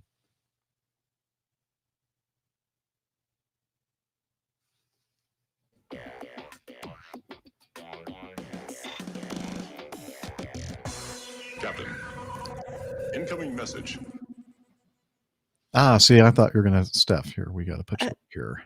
Yeah, I was like, what happened Look, there? I'm making a mustache on your face with my finger. Oh, wait. A little bit. The other way. My camera is mirrored and it's too difficult to figure out which way. I always go the wrong way. That's thanks to Captain Nick. There we go. If you're watching if you're listening to the audio podcast, you should check out the video podcast occasionally to see this fun stuff. All right, so let me move that out of the way. And let's go to the feedback folder and start with item. Well, we're not going to do that because we were saving a couple of these for Miami Rick, but he's not here. Okay, so we'll continue. We'll just carry those over, I guess, until the next time that Rick's with us. Let's start with item 4. And this is from Jay. And he says, "Hello, APG crew. I despaired a little." Don't we all? I read his email and I saw that first line came up like in the preview of the email. And I was like, oh no, what did we do? Oh yeah. You know what? Liz just pointed out that I can still do number 1, but we'll do that. We'll go back to it. Yeah, we'll get back to that. So yeah, I was like, I thought I despaired a little as well. It's like, yeah, I thought it was just a whinge. I thought, oh no. I thought, oh shoot, what do? We upset somebody. So anyway, he says, I despaired a little when the crew began the review of the latest Harrison Ford aviation incident. You guys kind of piled on in the beginning and then remarkably spun 180 when you realized your source was TMZ. I did look that up, by the way, and I've already forgotten what that stands for, but it does stand for something. Hang on. Very memorable. No, I'm going to take the time right now to look it up. And the 30-minute zone, I think, or something like that, 30-mile zone, has something to do with Los Angeles, California, or maybe Hollywood, California. They call it like within 30 miles. They call it the 30-mile zone. Never heard of it before, but that's actually what TMZ stands for. So, okay. Not that anybody really cares. Anyway, so he says, you spun 180 when you realized your source was TMZ, tabloidy. Bravo. I absolutely agree with your conclusion, and Captain Nick summed it up nicely. Mr. Ford could well afford a companion when doing the thing he seemingly loves so much. I had an advantage. My source wasn't CMZ. I listened to multiple podcasts, and Aviation News Talk had transcripts from the pilot, tower, and ground via atc.net. I think that means probably liveatc.net. The APG crew guessed correctly from limited information and their personal experiences that, quote, expectation bias was the culprit. You guys are self-effacing and joke about 50% accuracy.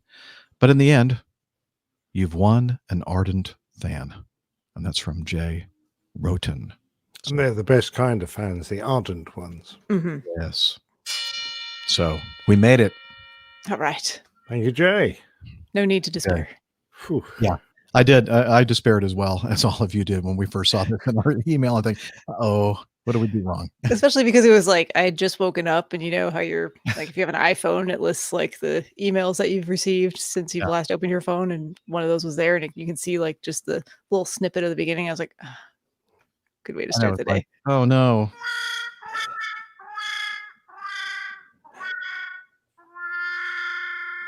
Sorry. All right. So, but it was a happy ending. Yeah, and absolutely. We hit 50%. Okay. That bell comes in handy for so many things, like Delta P. Okay. Going back to item 1, Joseph, we played his audio from the last episode, and we decided to split this in half because it's a little over 21 minutes long. So we're going to start this episode, the second half, with I'll back it up a little bit so we can kind of remember. Joseph was talking about all these, amazing number of things and jobs that he has been involved in before getting into his aviation career. And I believe he was talking about getting into the gas and petroleum industry and something about industrial radiography or something like that. I'm not even really sure what that means. So let me start this and cue it up to about the 10.5 points. Good morning, Captains. Here we go. My the license, the radiography license, which was about another month in training, and off I went to do that. Graduated with some pretty good grades in that as well. But literally a month after I graduated, the oil and gas industry crashed massively back in 2014 there. So we're in a really bad situation in terms of, yes, I had good grades, but I was competing for the same work as people who had many, many years of experience actually doing the job. So off I struggled for a full year trying to apply for jobs in radiography, whilst also working self-employed as a truck driver. So the money was still coming in quite nicely, but it was right on the time where I thought, this isn't going to work. I am not going to get into the oil and gas industry. So maybe it's time to perhaps just accept my fate that I'm going to finish working up as a truck driver before I eventually obviously move on to the pilots. That was always one thing that was clear, that was what I wanted to do more than anything else in the world. So I decided that I was going to specialize in truck driving and do dangerous goods transport. So I went and did a week-long course to do the dangerous goods transport certificate. And as a final kind of like last chance saloon regarding the radiography work, because I knew that they wanted people who had the dangerous goods transport certificate to transport the radioactive isotopes around. It's basically, I don't know if this is any interest to you, Nick, but it's like a posh form of photography in terms of instead of using light as the radiation source, you use high energy ionizing radiation because it will actually penetrate through things and show up cracks. But anyway, without boring you with all the details, I did that as a one-day course to do the radioactive transport, and I updated my CV and put it into the company that I was applying for in the oil and gas sector at the time on the Monday, and literally by the Wednesday, they said, pack everything up because you move into Belgium in order to start working as a radiographer.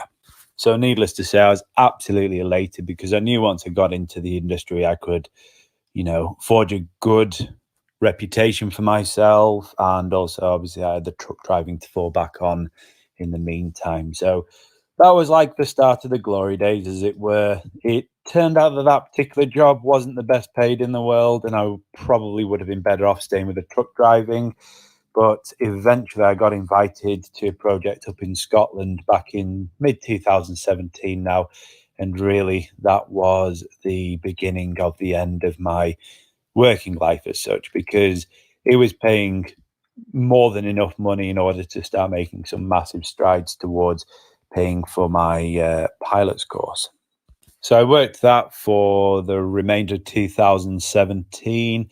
And as obviously I was a self-employed contractor, I was expecting that I'd get laid off in the wintertime and probably not invited back. Not because I'd done anything wrong this time, but simply because as a contractor, you're always kind of bottom of the priority list. They'd much rather put their own guys on the project. But anyway, my plan was I'd finish up around Christmas time because it was rumored to be finishing then anyway. And then I was going to spend the winter months getting a very, very basic job back in the supermarket again, so I could focus on getting fit and healthy in order to sit the pilot's medical, as well as getting mentally prepared in order to go and sit the aptitude tests, ready to embark on the next big adventure, which was getting into pilot school. But much to my surprise, the day before I was due to be laid off from the project, they said that they wanted me to come back again the next year because I won't bore you with the details, but I fitted a unique role as a crane operator on that particular project. So it was a little bit of a squeeze because I only had a couple of months in order to kind of try and get ready to sit the aptitude tests, and then obviously return to work for the next part of the project, which was early 2018. So anyway, we managed to get it all done, and then I went and sat the aptitude tests at CAE Oxford Aviation Academy back in February 2018. And it was a hugely nerve-wracking time because I didn't know whether I was going to pass or fail them, because obviously it'd been a long time since I'd last sat an aptitude test. But anyway, a couple of weeks after starting back on the project again in February, I got the notification that I had been successful and passed it. So there was another stage of selection which we had to go through, which was basically just a group exercise and an interview, which I wasn't especially worried about. And then obviously it was just a matter of getting the medical together. And then I was planning on starting up in the autumn time. But this is where it all starts to get a little bit serendipitous, because a couple of weeks after that, I ended up getting another notification off the school saying that based on the scores I'd got, this particular airline, which I'll leave unnamed for the time being, they had taken an interest in the scores that I'd obtained. I never actually knew what I got in the tests, by the way, but anyway, apparently it must have been sufficiently good because they wanted me to continue with an application process in order to get online with that particular airline. So obviously hugely enthused by this, I decided to snap up the opportunity and try my absolute best. Even though I didn't have any formalized degree, I was kind of half expecting that I could do okay because I knew that I had quite a bit of life experience at this point. So I would have stood good in a group setting, but I kind of always envisaged that I'd probably get knocked out in the final round or something, because I'd end up going up against somebody who was similarly, full of life experience, but they'd have a decent degree. But anyway, I felt as I'd done well for myself, so I was prepared to accept whatever the answer was going to be. But anyway, one thing led to another, and eventually I found out that I'd been successful in enrolling on a mentored scheme with this particular airline, whereby, assuming that my training went well, I would have a job waiting when I got to the end of it. So anyway, I completed the project, went off and got the medical, which all went smoothly, and got the finances in order, and then enrolled on the course back towards the autumn of 2018 at the age of 30. And then it was into 7 months of ground school, which, to anybody else who's thinking about starting this career when they got a few years under the belt, I graduated with some good grades and stuff, and I only dipped on one exam, which very embarrassingly was VFR communications. But other than that, they all went absolutely fine. And then it was off to the United States of America in order to participate in the flight training side of things. So I had 2 hours and 55 minutes previous flying experience when I actually started flying with the school. And then 9.5 months later, I graduated with a multi-engine CPL license, which again, I didn't struggle too much in passing. It was not a particularly pleasant test to go through, as no tests are nowadays. But at the end of the day, it's not something that people should be put off by because they think it's all scary and incredibly high grade stuff in order to get through. But anyway, now on to the present day. So I returned from the States earlier on this year, and I took a couple of weeks off at home and then went back down to Oxford in order to start the multi-engine instrument rating training. And we just got the first 6 simulated sessions done, and then the school closed its doors up because of this damned coronavirus. So here we are back at home at the moment. I've gone back working on the trucks again just until this coronavirus passes us by, and then I can resume my training. But anyway, if there's a couple of things that I would like to say out there to the community, especially appealing to those people who are, perhaps either in the 30s or, maybe even the 40s. But I think for me, one of the things was a lot of people always told me to have a plan B. What's the backup plan on this one, Joseph? Because it's too optimistic. I never, ever took a plan B because all you're doing is subliminally talking to yourself that you don't have any faith that you'll actually become a pilot. And I think it's such a destructive mindset to have. If you genuinely want to do it, then put your eggs into that particular basket, which I know is contrary to the advice that commonly comes out from the host of this show. But at the end of the day, you have to have some faith in yourself for this one. And secondly, I think one of the most important things that you can do, because I know to the layman out there, it is a huge task to actually get on board with, but the best thing that you can do is simply step aside from the life that you're living and say that this is now the route that I'm going to be on. Because once you've committed to actually going towards it, then the rest of it will all start to fit into place, and you'll quickly realize what you need to do in order to orientate yourself around that particular dream. But for me, for the most part of it, the financial remuneration that you can receive from being a pilot would have been outweighed by the career that I was doing in oil and gas. But because I just loved the idea of being a pilot so much, it almost became like Stockholm syndrome, where I've probably not done my health any favors in the pursuit of this particular dream. But at the end of the day, I just simply couldn't stop in the end. I absolutely had to complete the task. And so here we are today. But anyway, that's how I got here. I sincerely hope you're all doing well, and most importantly, keeping safe at this bad time with the virus on. But anyway, take care of yourself, and hopefully I'll catch you at some point in the future. Thanks, Joseph. Kind of interesting what he said regarding not having a plan B, and that that kind of attitude, like, well, I'm not going to have a plan B because that would mean that I'd have some way to get out. Yeah. Don't give yourself the out if you don't want the out.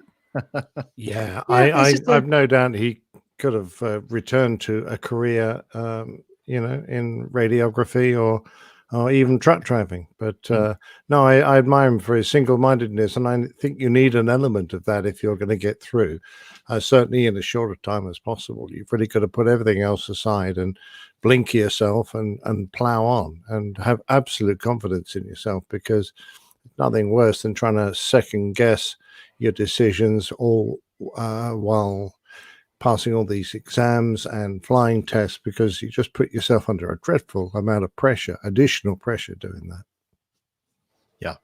Yeah, and he acknowledged, we've talked about having a kind of a fallback or a backup plan, or doing your degree in something where you could have a career somewhere else, and that's all good advice too. But it kind of goes both ways, doesn't it? If you have that out, maybe it's tempting to take it when perhaps you should have persisted a little bit longer.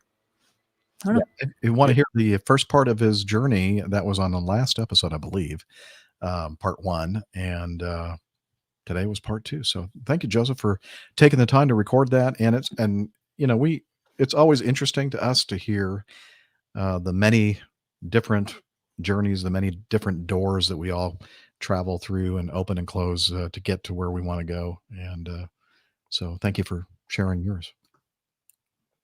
Now, item 5, I think is about it's a technical article about shimmy dampers.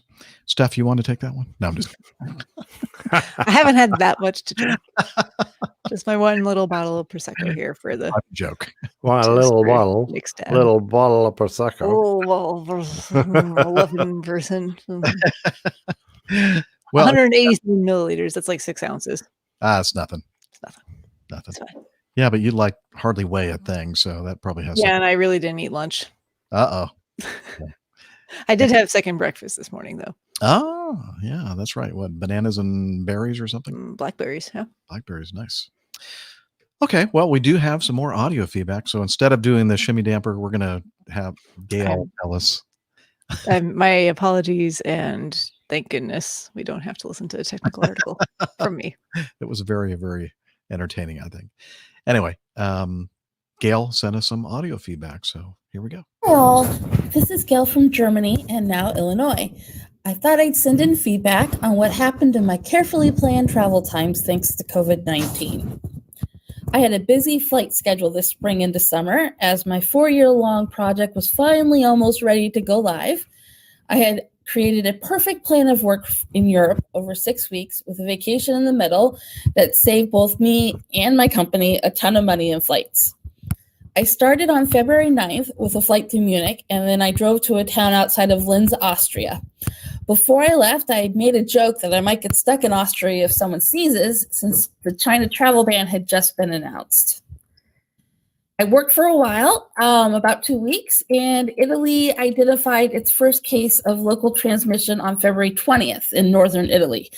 I had a flight that returned me to Chicago on February 21st. The only screening in Munich that I was asked about was if I had been in China in the last 14 days. I returned home, and then on February 25th, the first case in Austria was detected. It was in Innsbruck, where I was actually going to be on my next trip that was going to leave for the next few weeks. Oddly enough, I had a number of colleagues that were booked to stay in the hotel where the couple worked. I had booked a guest house in the country near to the office we'd be working in, so I felt quite smug. Plus, it had a farm with cows to pet, which I was very excited about. I then flew to Denver on March 7th, although I was pretty nervous, and returned to Chicago on March 8th. And the idea was I went there for my nephew's birthday and to visit with my grandmother, whose health has started to decline, unfortunately. I was worried enough about my husband catching it that we sanitized all the touch points on our seat. We also made sure to keep a 6-foot distance from my 95-year-old grandmother at all times. And at this point is when I started my nonstop hand washing and attempting to stop touching my face. Both flights were still pretty full, which is expected for flights to Denver at that time of year. I know I've always had to pay what I felt like was a fortune thanks to skiers and spring breakers. At this point, my upcoming travel was a flight from O'Hare to Munich with a drive to a town outside of Innsbruck on March 15th. The plan was I'd spend 2 weeks working, then fly to Hamburg, where I'd meet up with my husband and some friends, take a cruise to Norway for a week, and then fly back to Austria to work another 2 weeks before heading home on April 17th. I had also snuck in a long weekend in Salzburg over Easter with my husband before he'd return to Chicago. However, of course, none of that happened. On March 6th, my employer sent around its first memo telling us to stay home if we're sick and to wash our hands. It also only allows travel for business critical activities, but my project is considered business critical, so I assume I'll still be going. I am, however, nervous about the cruise at this point, and I'm hoping it'll cancel. This is about the time the Diamond Princess was happening. I start trying to frighten my husband into us just canceling it, even if the cruise itself doesn't cancel, since he has pretty much every risk factor. I was doing this by showing him the menus the poor Diamond Princess passengers had to choose from when they had the meals delivered to their room. It didn't really work. He was, since I assume I'm still going on my work trip, and that my husband's still going to fly to Europe, so I start looking for travel alternatives within Europe, like maybe going to Prague, which I hadn't had a chance to go to yet, or back to Budapest, where we spent 2 days a few years ago and loved it. Then on March 11th, President Trump announced that he was suspending all travel from Europe for 30 days, which started a mini panic at my company because we had a number of people in Austria, and it wasn't clear if the ban included U.S. citizens at first. Luckily, U.S. citizens and permanent residents were not included, but we were on pins and needles to get one of our employees back who works in the U.S. on a visa. Happily, they made it home. On March 12th, my workplace, I happen to work for an international discount grocery chain, ends all international travel through the end of April, through the end of March, and says anyone returning from overseas must self-quarantine. That happens to be most of the team, except for me, because I had returned back in February. And they also added additional sick time for all employees who catch the coronavirus or are ordered to self-quarantine. Most of our store and DC employees had paid sick time already, but the extra is greatly appreciated. We rebooked my trip that was supposed to leave on March 15th to leave on April 4th. Clearly, we were sweet summer children. My husband happily was able to turn his International United ticket to credit, and Lufthansa let us put off rebooking our Hamburg to Munich flights until June. We decide that we'll come up with a great trip with our friends after my project goes live in June. So also at this point, our national and international offices start stress testing our remote working infrastructure. In the US, we've always had the ability to do remote working, but we're not really allowed except in certain rare circumstances. So it hadn't really ever been stress tested with everyone using it all at once. Then on March 16th, the US national offices changed to remote work for all employees, and Illinois entered a stay-at-home order shortly after that, which meant now we were at home for sure.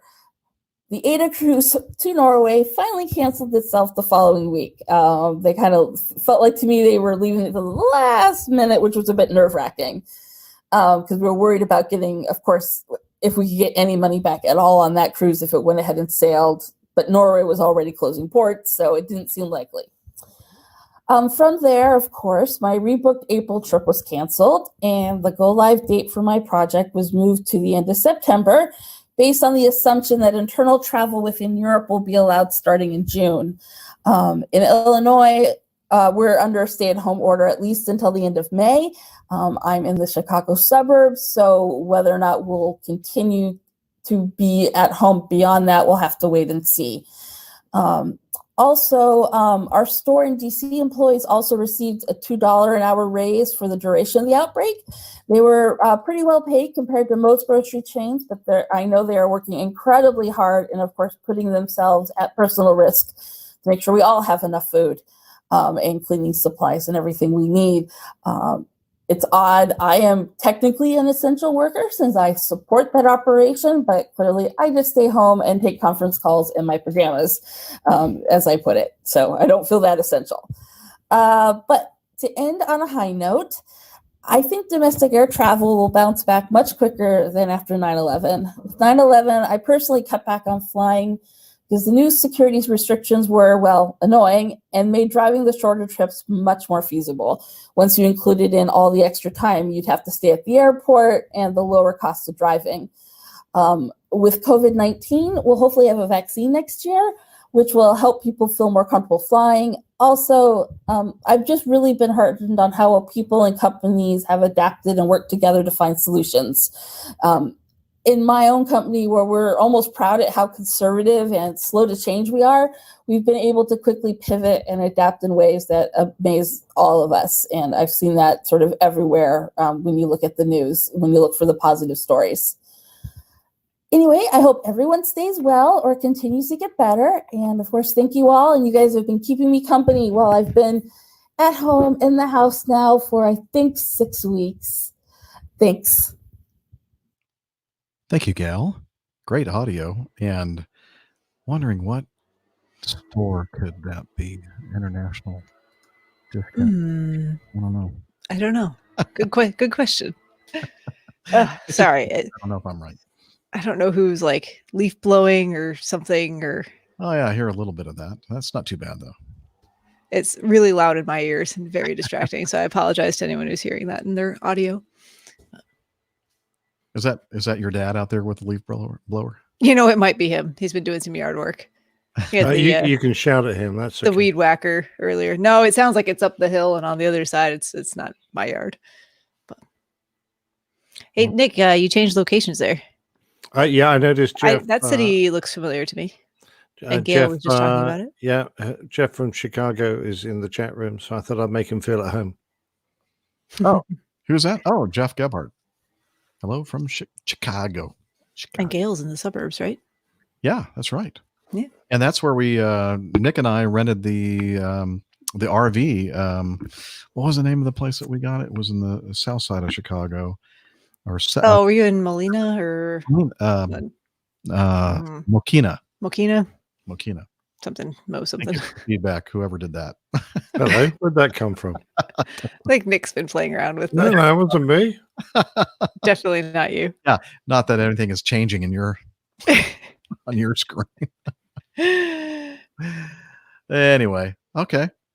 Thanks, Gail, again, and sorry you didn't get to take your cruise, but yeah, I think lots of us are in the same boat with canceled plans and things like that, and I think most of us at this point realize there's not anything we can do about it, so we'll just wait until a point in time where we can travel again. Yeah. I think that now I understand why we saw that feedback banner, because we were talking about the RV, and the feedback banner has me and that. Right. Okay. Yeah. Here, let me put it back. The RV King. And the RV King. Let's see, where is it? There we go. King of the RV. All right. Very good. Let's move on to. I gotta find there we go. Thomas, more audio feedback. He sent us some feedback regarding the survival of freight carriers. Hey, APG guys, gals, everybody. This is Thomas, and I wanted to send a piece of feedback in regards to a conversation that Rick and Nick had during the news segment on the last episode, which is currently episode 423 when this reaches you. And that was in regards to increased pressure potentially being put on dedicated freight carriers. Do we want to save this one until for the time that Rick is with us? Or do you want me to keep doing it? What does Liz think? Because I haven't listened to it. She says we could. We could postpone this one. Is she typing? I'm just looking for her nonverbal communication. Save it if you'd like. Yeah, let's do that. Let's wait till Miami Rick is with us, since he's a freight dog. So let's jump to item 7. Greg sent in this regarding, well, he pretty much sets it up for us. I was listening to episode 423 and the discussion of the Titan fuel contamination story, and you guys were talking about the fuel contamination causing issues with the variable inlet guide vanes. I was curious how fuel contamination would affect the inlet guide vanes. The inlet guide vanes shouldn't have any contact with the fuel, correct? Are you thinking that the contaminated fuel was having some sort of effect on the FADEC or other electronic engine controls, and that was causing the actuation mechanism for the IGVs to malfunction? And this is from Greg Peterson. He works at the Very Large Donkey Fan Company. Yeah, it's a good question, Greg. Obviously, didn't make myself entirely clear. The inlet guide vanes are twisted all together in a gallery so that they present the right angle to the incoming airflow and directed onto the next stage of compressors. And they're turned by actuator arm, which is attached to a piston.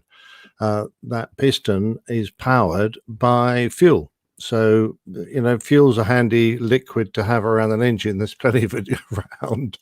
So high pressure fuel is ducted into the correct side of the piston to move the IGVs. That's how it works. I mean, it saves from having to run an extra hydraulic line in there. It's I don't understand entirely the logic. I mean, you could put a hydraulic line in there. After all, you've got hydraulic lines working the thrust reversers.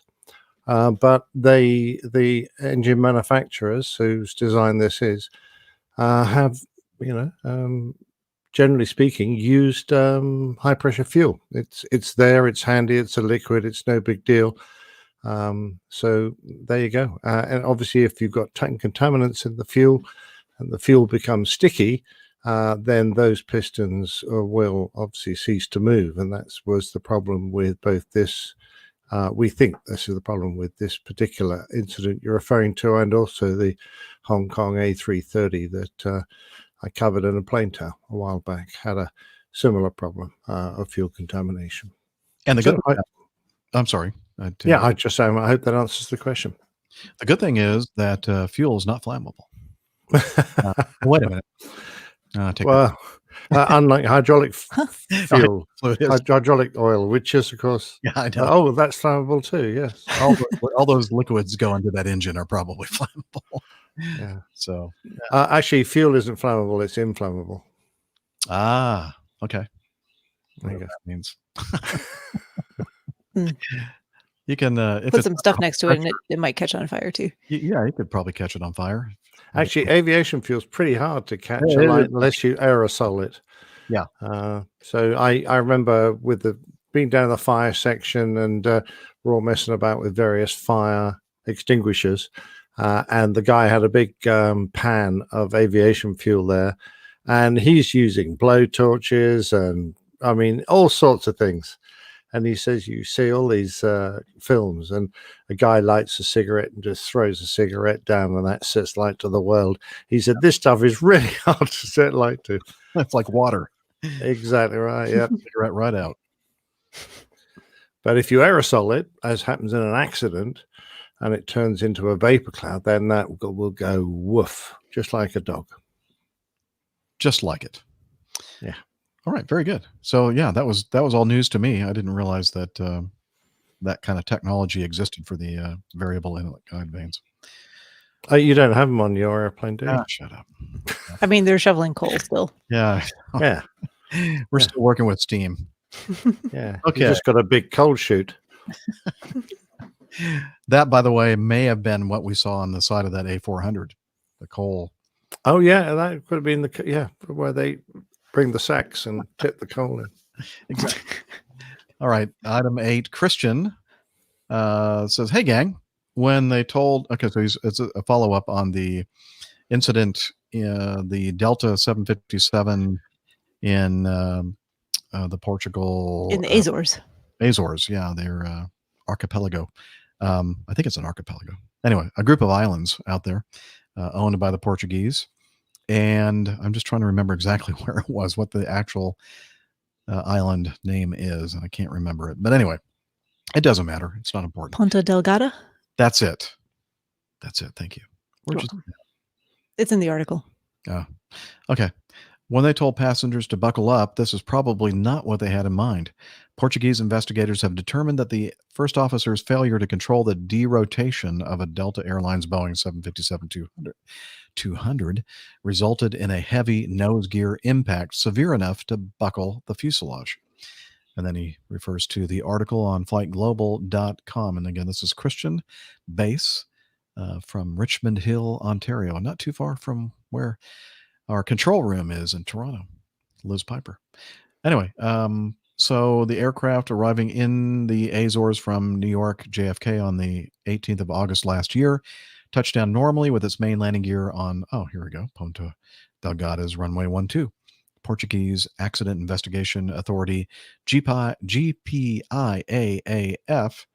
says that the first officer's piloting technique, which demonstrated excessive corrections of attitude and thrust, possibly in response to variable crosswind, resulted in a heavy nose-down elevator input to derotate after the main gear contact. This might have been exacerbated by a reduction of engine thrust during the derotation, increasing the moment around the lateral axis, and the inquiry also points out that braking can require aft control column pressure to reduce the derotation rate.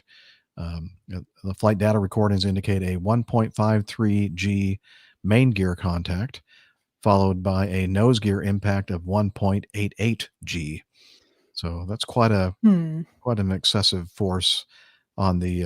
Well, it's uncomfortable, but 1.88, 1.9 G, I wouldn't have thought that was terrible. Yeah, well, it seems like that. Yeah, you're right. It wouldn't have buckled the fuselage. I would have hoped not. I mean, the guy was obviously a bit heavy-handed and derotated in an ugly manner, but I'm a little surprised it did that amount of damage. It goes on. It says the aircraft was operating at just 1% below its maximum landing weight, and they believe that contributed to the extent of structural damage. Okay. Yeah. Well, in theory, once you're below your max landing weight, the airplane's structurally supposed to be sound, but obviously the lighter you are, the better. Yeah. And, if it was a 300 model, the stretched version, I could even see, more of a tendency to have an issue with derotation or excessive derotation. But anyway, when I heard about this report, I thought, this is not the first time that I've heard of issues with that series of aircraft, 75s, even 76s, that have issues with smooth derotation. I think especially the 75 for some reason. At Acme, we've operated that airplane for many, many years. And I remember, 2 decades ago, seeing memos sent out to the pilots regarding, being careful with the derotation of the nose gear after a main gear touchdown.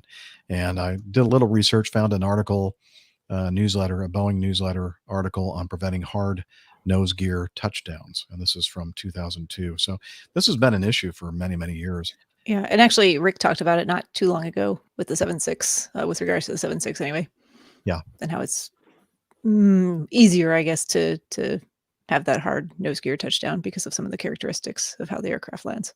And if you're landing on so you're heavy, so you're just under your max landing weight, and you're coming into an airport, and maybe, I don't know what the runway length there at Ponta Delgada is, but if you're thinking, I need to really get on these brakes a little bit faster than I normally do, and if you're not like calculating in your mind that you're going to probably have to use a little bit more back pressure on the yoke to keep the nose gear from slamming down, then I could see this happening. And yeah, it is 7,621 feet in length. Yeah, so that's not a super long runway.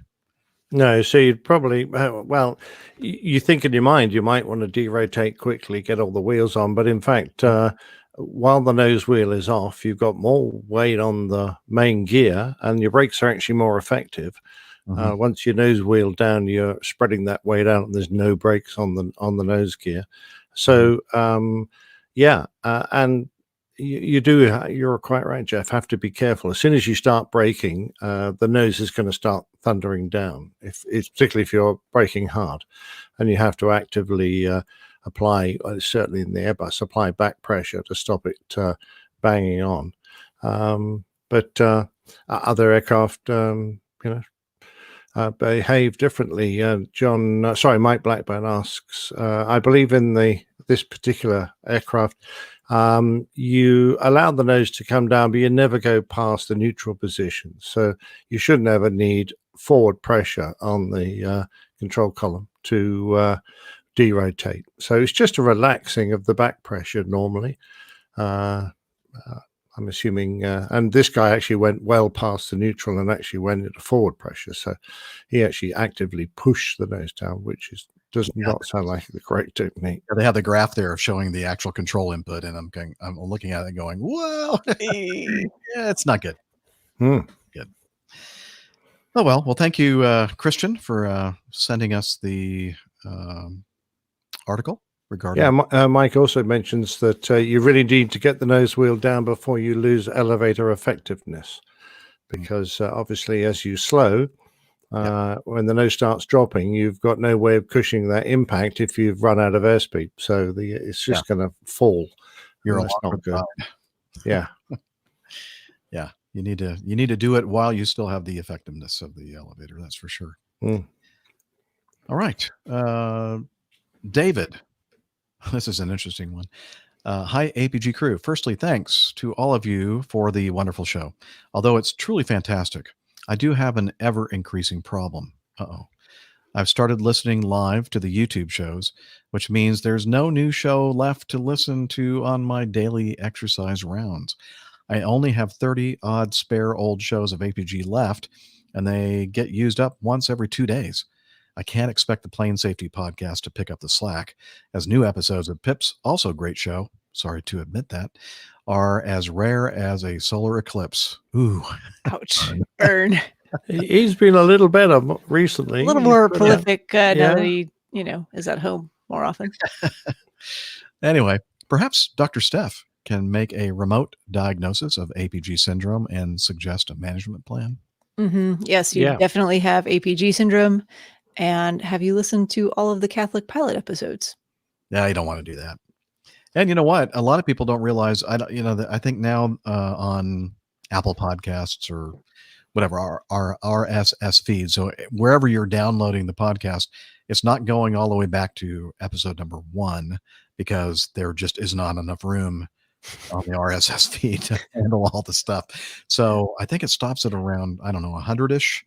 So if you want to listen to the episode 1, and between that and wherever the RSS feed kind of catches up, you can go to the website and just do a search. You don't have to go. There's a podcast page, and you'd have to go several pages before you start getting to the beginning of the APG.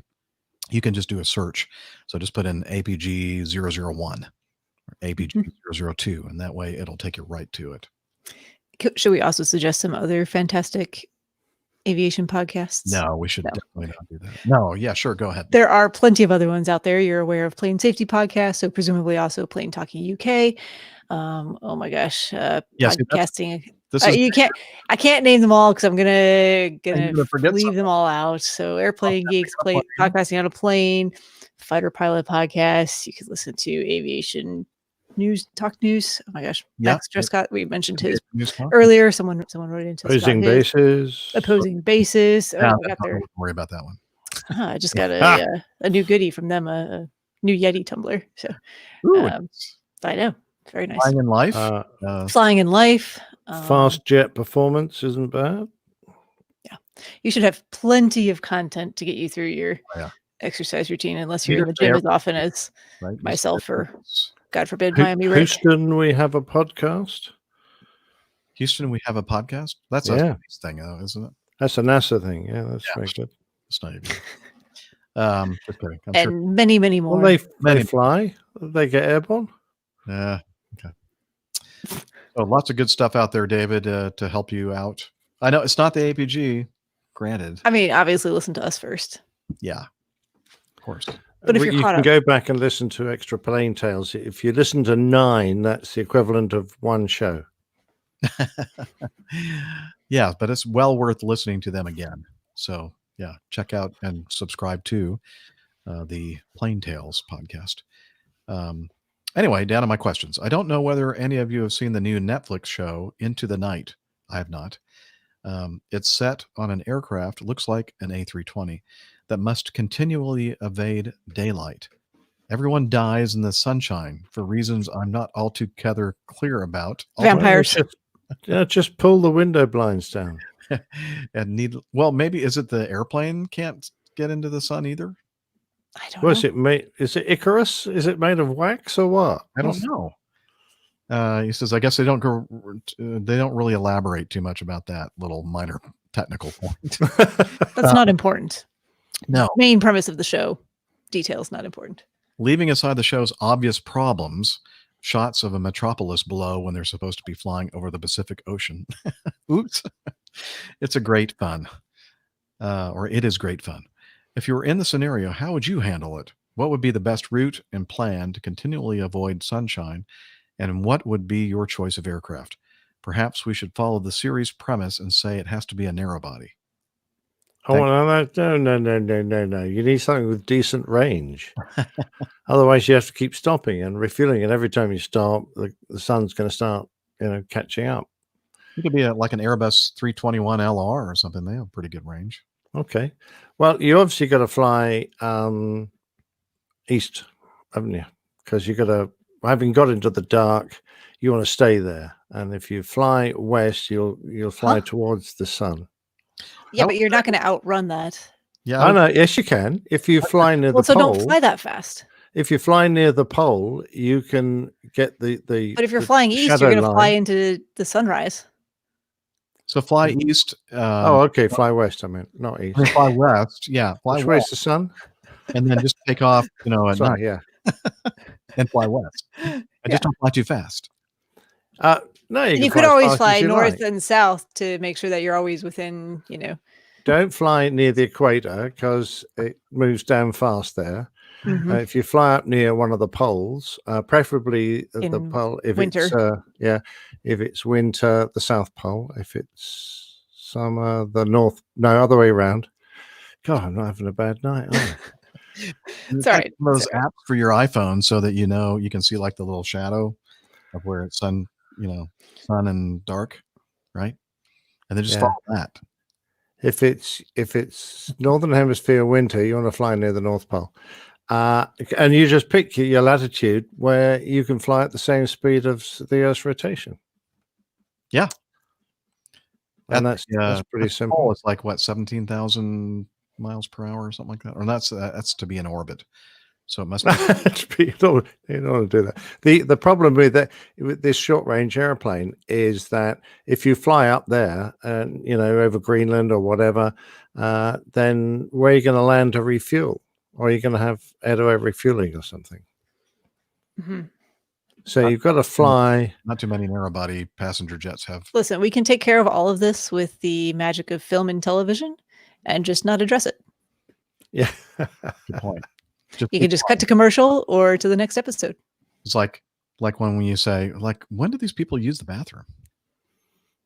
There is a way of working out the speed of rotation. I'd have to check out. Sure there is. Yeah. And then you just match that to your true airspeed, or actually your ground speed, not true airspeed. Yeah. Good point. So, I hope you, we knock this out. No problem. Exactly right. And the trick is to fly just inside the sunset line. So you're in the dark, but then when you land, you've got the whole of the night to refuel and take off again. And then you can roll along and catch up the sunset time. The line of sunset as it goes around the world. I mean, how do you do this? Because eventually you're going to run out of land and you're going to have to go over an ocean in this thing. Yeah. I'm where are you going to, halfway across the ocean, where are you going to get the fuel from? Nick, I expect you to get out some large maps of the world and plot all of this for the next show and let us know how it works out. Look, I flew proper airplanes, so I only need to land like once every 12 hours. So I would have been fine. Jeff would have had a problem. I'm still trying to figure out how you drop an Ethernet cable from an airplane and then connect it to the guy in the car on the runway that's flying behind the airplane, and then they plug the Ethernet cable into their laptop to download the very special program to keep all the control towers open on the West Coast. What was that called? Scorpion or something like that? One of the first. I have no idea what that was. Like, what? Are you kidding me? Yeah, that's real. Yep. Okay. And you remember we talked about it because for some reason, if the airport control towers on the West Coast couldn't open, then basically all these airplanes would crash. Right. Right. Because what would we do without? Well, that's because all the snakes in the planes would get out. And if you didn't have the president on board, no one would be able to fly it. Anyway, I love Hollywood. Really yeah. So realistic. And watch out for all those criminals that are passengers. Yes. All right. Thank you, David. I know we nailed that one. Absolutely. Oh, yeah. Well into the 90%. Made it clear as we got it. All right. Ben writes, we were talking about this on an earlier show, the boutique PC-12, Pilatus PC-12 crash. He said, this is Ben, a pretty recent new listener since the late 300s. Wow, we haven't been around that long. Oh, you're talking about the 300s as far as the episode numbers. Gotcha. From Germany to your most entertaining and educating podcast. Well, educating maybe. As a currently non-current GA pilot, working on it, but difficult because of the damned virus, the most gripping topic for me from APG 423 was the PC-12 crash at Mesquite in Texas. While I agree with most of what you said about it, I would like to comment on the bit about the, quote, nasty stall characteristics of the PC-12. I'm in no way affiliated with Pilatus, having never flown any powered Pilatus aircraft. There is the B-4 glider I once flew, and the PC-12 certainly is one size too big for me. However, having looked closely at the video you probably referred to when talking about the stall characteristics, and then he gives us a link to the YouTube video, I don't think they're particularly nasty. That's a hard word to say. They have sequence. Yeah, I'm thinking they don't look great. Sequence in the video filmed from inside the cabin without the stick pusher. Please find the attached screenshot from the very second before the left wing drops. The test pilot has the yoke at 90 degrees to the right to keep the horizon straight during the stall, which is basically a spin initialization maneuver. Okay, let's see. Should I share this? I think it might be interesting for the people that are with us in the chat room to look at. So let me go here and here and here and here. Share. Okay, and then I'm going to double click on that. So that is the yoke is 90 degrees to the right just to hold it wings level. That's not good. And okay, now I got to go back to his writing. That didn't work out very well. Yet the aircraft does not spin, but self-stabilizes after banking approximately 80 degrees with aileron neutral and a spiral dive. I'd rather call that well-tempered. Okay. No. A well-tempered just kind of will basically stay wing level and then just drop the nose straight. Yeah, a well-tempered airplane, you just get a nose drop. Yeah. You don't get any wing drop. A wing drop is not a comfortable stall characteristic. You do not want a wing, particularly a severe wing drop. This was not an easy wing drop. This was a snap almost. It really did. The aircraft rolled very rapidly, very abruptly when the wing dropped. So I would not call that a very comfortable stall at all. Yeah, they lose about 800 feet during that maneuver, which is, of course, absolutely fatal when flying in the pattern. But that's the case with any high-performance trapezoidal wing if you stall it without stick pusher, which Pilatus fitted as standard equipment. Yeah, there's a reason. They had to install the stick pusher because of its stall characteristics. He says, I think the video is very instructive. I'm very glad it's available in the public domain.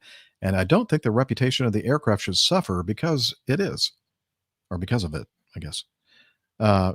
Because it's in the public domain. No, I don't think so. So maybe you took us the wrong way. We weren't criticizing the airplane. We were not at all. Yeah, this is not this particular incident was not an issue with the aircraft itself, other than the engine failure, which it suffered. Right.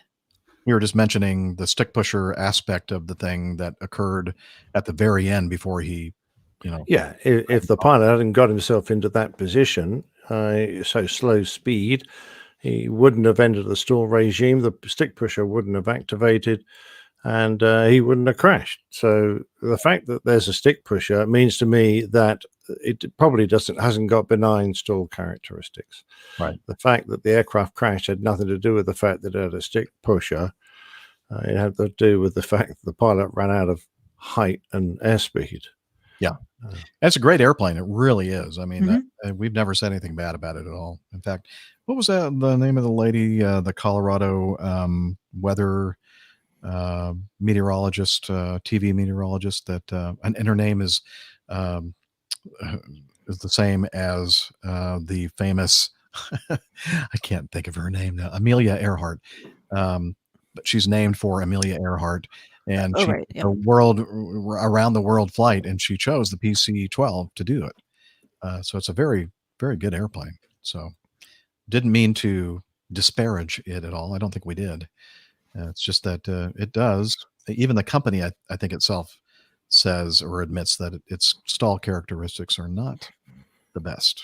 No. I'm just going to take issue with a couple of comments here. The requirements for the test pilot to stall the aircraft in all the various test parameters that they have to do often requires them to stall in certain attitudes. So this stall with the stick hard over, the control column hard over, is probably him required to do a wings level stall. So whilst he has still control of the ailerons, he is trying to keep the wings level so that when the aircraft stalls, it's within the parameters for what he's required to do to test the airplane.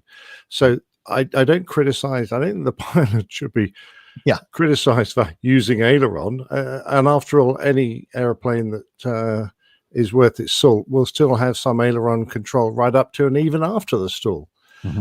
So I don't think that should be criticized. And I'm going to also say using aileron is a spin initialization maneuver. I don't think so, really. In order to initiate a spin, you need to have a high yaw rate. And aileron doesn't necessarily generate that. You don't get into too many problems with aileron. The biggest problem with getting into a spin is an extremely high yaw rate. So I'm just going to go, if I wanted to spin an airplane, I would stall it. And as I stalled it, I would put a boot full of rudder on to get the airplane to auto rotate. And then it would go into a spin. Putting aileron wouldn't necessarily do that. I've done thousands of spins in the T-37, and that's exactly how we enter a spin. You know, we keep the wings level, keep the nose very high, the airspeed bleeds off, and as it gets slower and slower, you feed in more and more rudder, and that's what initiates the spin. Same exact thing in 172, which is the only aircraft I've done spins in. And you say the aircraft does not spin, but self-stabilizes after banking approximately 60 degrees. Well, I'm going to say as soon as the aircraft's entered a stall, and particularly after a severe wing drop like that, the test pilot is going to unload and unstall the wings precisely so it doesn't enter into a spin, because he's going to recover from the stall. He's not going to hold the aircraft into the stall. And a spiral dive, that is very benign. If the aircraft has a spiral dive reaction following a stall, that's fine. But this thing is on its ear, and it's not an airplane I would like to have with that stall characteristic, which is obviously why they fitted a stick pusher so that you don't end up flying into that area, that problem. I hope I've made myself clear. I don't think I have, but there you go. There you go. Makes sense. Definitely. Yeah. It certainly does, Ollie. Good. All right. Thank you, Ben. Again, we love the airplane. It's a grand airplane. No criticism of the airplane. Let's see. Brian writes in. He says, I saw this Twitter post a day after I listened to the most recent episode, which was 423. At the time he sent this in, where Nick was discussing getting down into the basement of the A340 so that the fuel door could be latched by the flight crew. It's a quick and informative video. It might be something your listeners would be interested in viewing.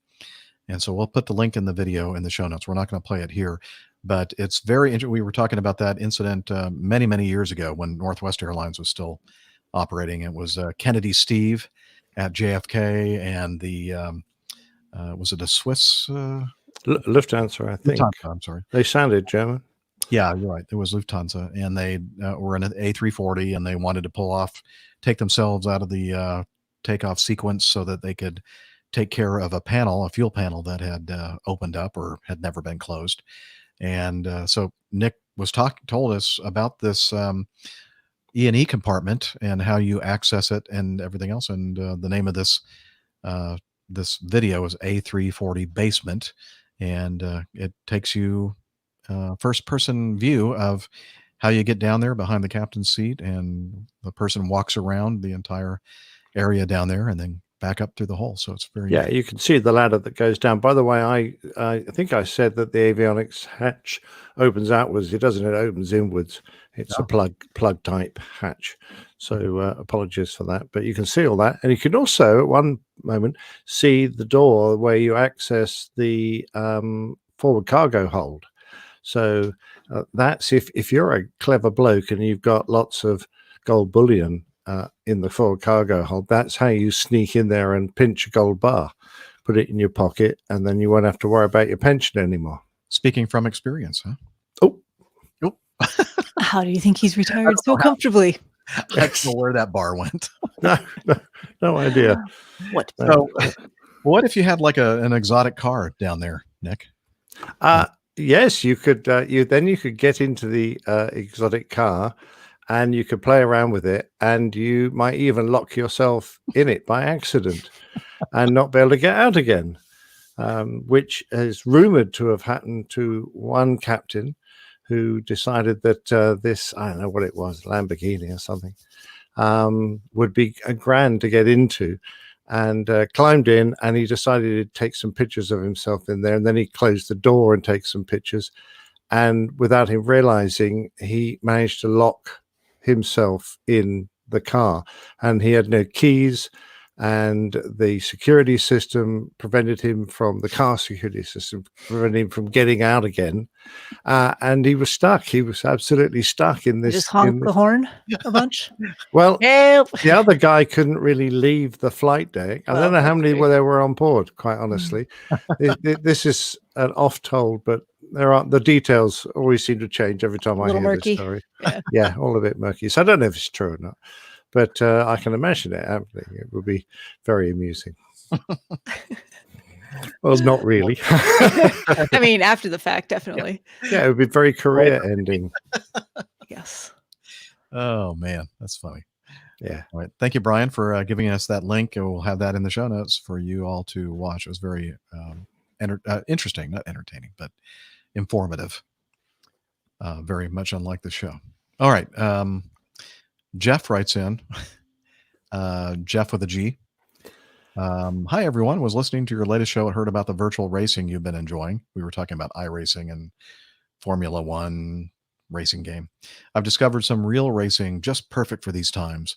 As a physicist, I've got to side with real racing, even if the cars are a little small, over a racing simulator. We all prefer aircraft to sims, don't we? The color commentary and dynamic camera work really makes these videos great. Enjoy die-cast car racing. So I looked at this video, and at first I was thinking, how are these cars? It's great video work, by the way, and audio. And I was looking at these cars racing down this track, and I'm thinking, how are they being powered? Is there something in the track or something in the car that's causing? Well, they're not. They're die-cast, like Hot Wheels, Matchbox. Mm-hmm. That many of you, in my age group, or maybe a little bit younger. Oh, we played have with them? Matchbox They diecast still have those cars. kind of cars out there? I don't know about now, but certainly when I was a kid, we had them. Yeah. So, if you want to make them move on their own, you have to use the force of gravity.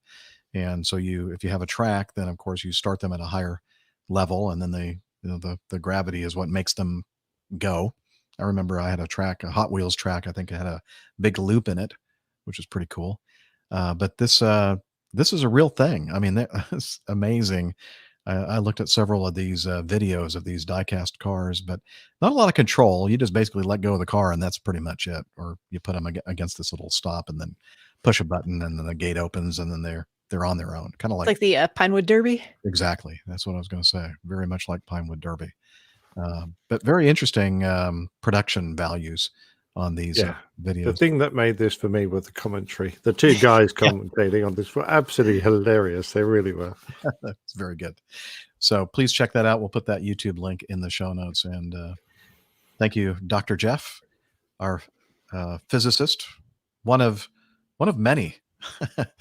We have a lot. Yeah, if he's a physicist and he's interested in gravity-driven cars, can he explain to me how gravity works, do you think?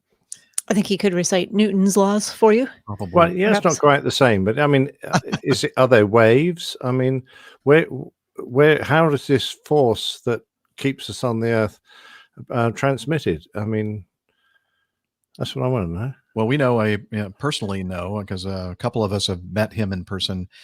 Stefan up in at Syracuse. He's a professor of physics as well. And never mentioned anything about diecast. And when you explain it to me, can you do it without any maths, please? Sure. I don't want much. I want just you don't want the calculus-based physics, then, Nick? No. I just want to know how these gravity waves work. Jeff, don't feel obligated to respond to that question, or maybe draw him some, cartoon like. Nick at airlinepilotguy.com. Yeah, and I don't want a picture of an apple dropping on someone's head. That doesn't do it for me. All right. And how come we don't fly off? That's the other question I have. Because you actually, you'd think centripetal force would all fly off the Earth. I don't understand how that works either. It has to do with mass. Yeah, that's cheating. That's just cheating. Saying maths. Sure. Math. Back me up here, Jeff. Back me up. Not Jeff, Captain Jeff. Dr. Jeff, and Professor of Physics. And he's like an ostrich. He just sticks his head in a bucket. Okay, moving on. I take it back. Please send us a very detailed explanation. One that we'll all pretend to understand, and then make fun of Captain Nick. We'd like audio. We'd like audio. Nothing written, thank you. There you go. And pictures or video even. Okay. Paul writes in. Hey Jeff, hope you and your family are doing well. I came up with this. He sent this to me on a text message, and I thought, oh, this would be a good feedback for the show. He says, I came up with this question. Why should this sticker be on this box? And he sent us a picture of an Amazon parcel. And there's a label on the box that says, magnetized material, do not ship by air. I can see lithium ion batteries, but magnetic. I guess I could see if it's near a compass. What do you say? And I've got the answer.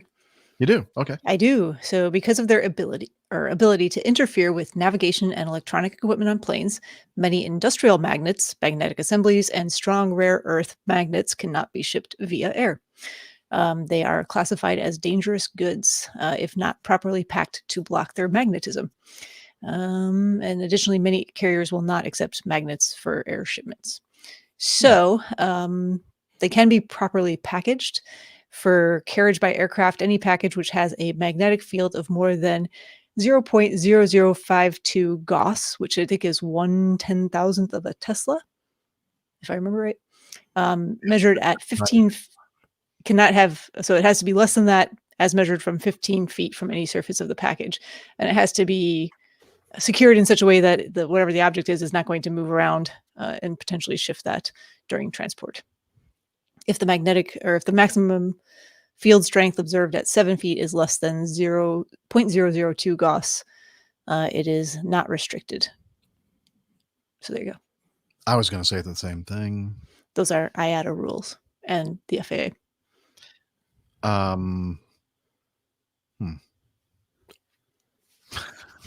don't know. Technical explanation.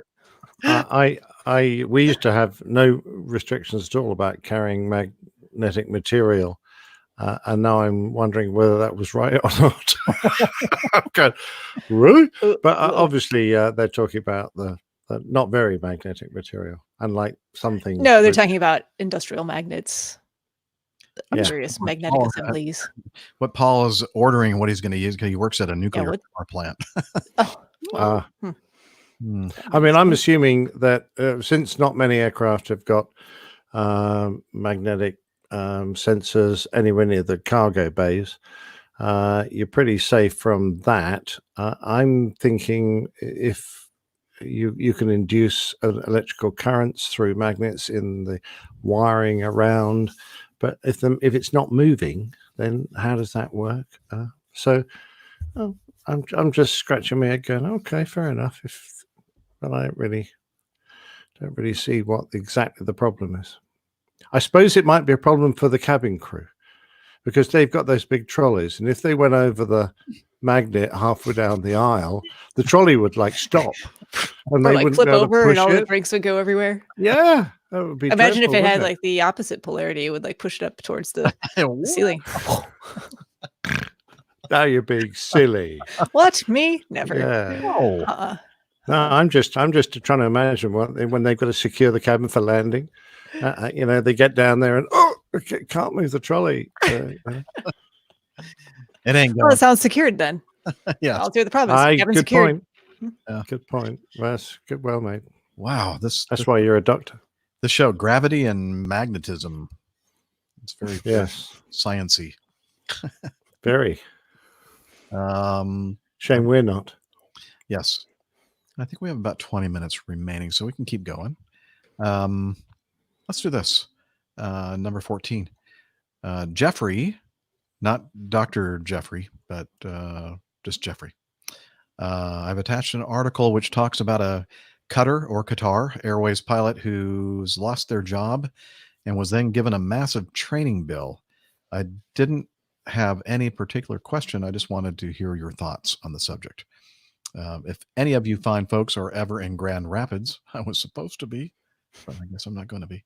Let's meet up for a beer after COVID passes, of course. Oh, okay. Well, maybe post-COVID we can do that. Cheers, Jeffrey. So the article here that he points to from viewfromthewing.com, which I think is an aviation blog, Qatar Airways firing pilots and sending them a bill, by Gary Leff on May 9th. There's no question that airlines are going to be smaller for a while, and they've been in the recent past. Oh, no. Smaller for a while than they've been in the recent past. While there's some talk about taking it in until 2023 for air travel to fully recover from the coronavirus panic or pandemic. Well, I guess panic could work too. I have to think that 2022 will be largely back to normal. If we don't make hope for progress against the virus, it will have spread enough with enough retained immunity that continued spread won't be nearly so efficient. And by the way, we should have much better treatments, if not vaccinations. Nonetheless, until then, airlines will need fewer planes and fewer employees. What was an acute worldwide pilot shortage quickly turns into a surplus. While United plans for 30% layoffs and American Airlines offers generous early retirement packages, Qatar Airways is apparently ahead of the curve. While the situation surrounding one pilot's dismissal is unclear, they shared the note they report receiving from their airline. Okay, that's an important sentence right there. While the situation surrounding one pilot's dismissal is unclear. Okay, I'll continue. Qatar Airways terminated them effective immediately and is paying 7 days of severance in lieu of notice. It was, if that was the end of the story, it would be unfortunate. But part of the grim reality that aviation and the world are facing today. Wait a minute. If that was the end of the story, it would be unfortunate. But part of the grim reality that aviation and the world are facing today. That doesn't sound like kind of a fragment of a thought there. Yeah. Okay. However, that wasn't the end. 4.5 years ago, this pilot entered into an agreement with the airline that amounted to indentured servitude. They'd continue, that's kind of extreme. They'd continue flying in exchange for training, and if they were no longer employed as a pilot by the airline, they'd have to make repayment towards their training costs. Qatar Airways fired this pilot, have them 7 days of severance, and presented them with a bill for $162,343 at current exchange rates. Here's the letter, and there's a photo of the letter, supposedly, allegedly, from Qatar, And basically it says, Dear Ms. Al-Hale, end of employment. We regret to inform you that your services with the company are no longer required. Accordingly, your last working day with the company is the close of work on 7 May 2020. However, you will be paid 7 days salary in lieu of notice period as per your contractual terms. Furthermore, please refer to the scholarship program agreement dated 31 October 2013, signed by you in recognition of the expenses being undertaken by the company for providing the commercial pilot training. You are required to pay the company a sum of Qatar 591,091. So I guess that equates to about 165,000 US dollars before the amount in compensation for the costs and expenses incurred by the company for the scholarship program agreement.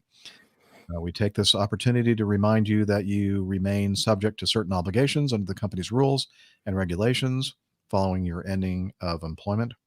The company reserves the right to invoke disciplinary procedures in the event of non-adherence towards operational duties, policies, and procedures. In other words, we're going to throw you in jail and maybe behead you.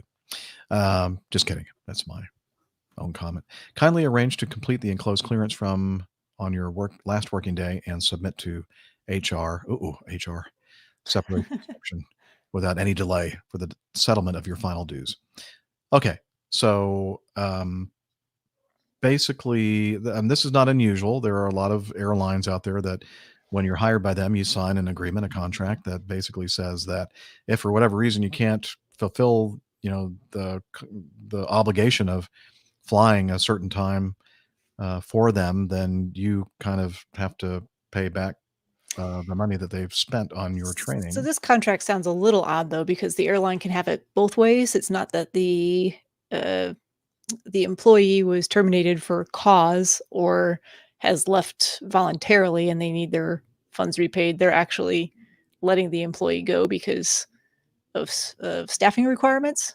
Am I understanding all of this correctly? Yeah, but there was somebody I was talking to, and I don't remember who it was. And even if I did, I probably wouldn't mention who it was, but they know something about this person who never really finished their training and was basically working in the office. I mean, I have a lot of questions here because $162,343 equivalent for a contract that was signed back in 2013 is the amount still being due. Seems like an awful large sum, as though they weren't actively paying it off or primarily paying towards like interest instead of principal somehow. I don't think they were required to pay it, but they were required to. Well, no, they were required to work a certain amount. So if you weren't working enough to. I heard that this person wasn't actually flying. That makes a lot more sense. They were working in a non-flying capacity. So basically the agreement wasn't satisfied because the agreement was that you were going to fly as a pilot. I don't know. I don't know really any of the details about this. So, because these kinds of contracts aren't terribly uncommon, but my understanding, at least for the industry that I'm in and other similar industries, is that basically you are required to put in the amount of work that will equal the amount of training costs that they've agreed to cover for you. However, if you voluntarily leave before that time, or if you're terminated for cause, you have to pay that money back. I don't know of too many contracts that say if we go out of business or have to downsize or you're let go because of something on our end, that you will still be required for all of that cost, at least not the full amount, but perhaps I'm wrong there.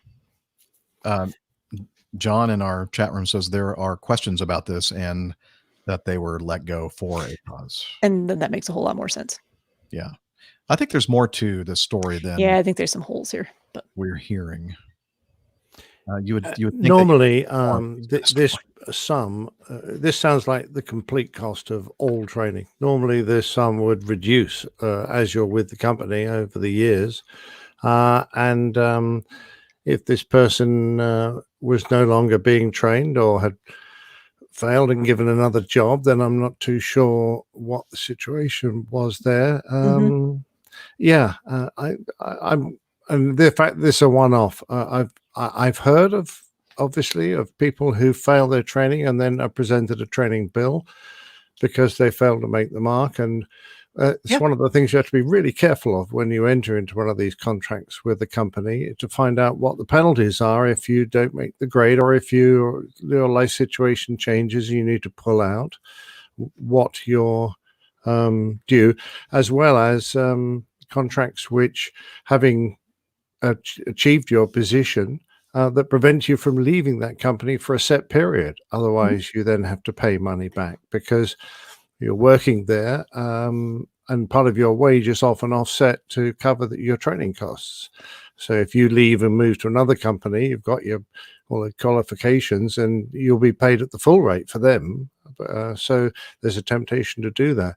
I know of a number of companies in the UK that used to do that, and to my knowledge, the guys who did actually leave before their period was up, they never actively pursued them. But in the Middle East, I've also heard that they have some very hard-nosed contracts, and it can be a real problem if you end up falling foul of your training at some point. Bottom line, make sure you read all of that fine print if you're considering an option like this. Absolutely, because where are you going to find $175,000 just like that? Whoa, that's tough. Just give me a call. I got some for you. Good man. Hey Jeff, Good man. can I borrow $170,000, please? Not you, just the. Yeah. Yeah, sure. If you want. Anyone but HR, Steph, would have been fine. Something tells me you don't really need to borrow that money. I'll make it. I'll be okay. Just barely. I figured. Yeah. We're not worried about you. By the way, I'm hoping this blog had the permission of this lady to put her name, leave her name open on the letter, because I think that's probably not the wisest thing to do, was to publish this letter with her name still sitting there. Yeah. It got published to Instagram. Yeah, I'm wondering if, I would imagine that she must have said, yeah, go ahead and keep my name in there. Well, I hope that was the case. I hope so too. Looks like there's two different, low altitude. Looks like the Instagram ID or account that this was, and then the actual blog itself was viewed from the wing. So these are two different blogs. So yeah, I don't know. I hope so too. I hope that she was okay with this, of revealing her name. Well, somehow that letter got out there in the public anyway. Yeah. If it was a private correspondence, then presumably the person it was addressed to had something to do with that. Yeah. It's true. Yeah. Okay. You end up messaging it to a friend going, what do you think of this? Look what they've just said. And then you've got to make sure your friend doesn't. That's one of those things. Anything you put on the internet, even if it's an email, like a private email, just assume that it's going to be out there on the net somewhere. Yeah. Oh, yeah. Yeah, you never know. That's our public service announcement for show 45. And read the fine print. Read the fine print. I can't anymore. My glasses aren't good enough. Get some better glasses or something. Have somebody else read it for you. I wouldn't trust them. Especially a lawyer. I'm just kidding. I love lawyers. Yeah. JJ, not Pittsburgh, writes in, how's everybody going? Or hey, everybody, how's it going? This one's for Captain Nick. How do U.S. Air Force fighter squadrons differ from RAF squadrons? Tactically and culturally, I would think that they would be similar, since our two countries have fought alongside each other for as long as air combat has been around. Thanks, guys. JJ, not Pittsburgh. So, Nick, what say you about how do Air Force, or I guess he means just like U.S. military fighter squadrons, differ from Royal Air Force squadrons? Or this question is full of pitfalls, isn't it? Because I could dig myself a real hole here. Go ahead. We're listening. I have never spent a significant amount of time on a USAF squadron, so I don't know. The only time we used to bump into them was obviously when we did something combined, like an ACMI range sortie, Dechi Bomano, those kind of things, where we would have lots of NATO air forces fighting each other. And, they were just like everyone else. I think we were possibly less rule bound. They had some definite rules they wanted to follow, and we used to yawn a little bit when we had to do the same safety brief every trip, blah, blah, blah, blah, blah. Whereas we tended to make a point of emphasizing the things that were different on this trip, not cover it every time. So it became like mouth music. But the way we flew and the type of pilots we had, they're all much of a muchness. The Americans always had better gear than us. So that made it easier for them to win. So that wasn't fair.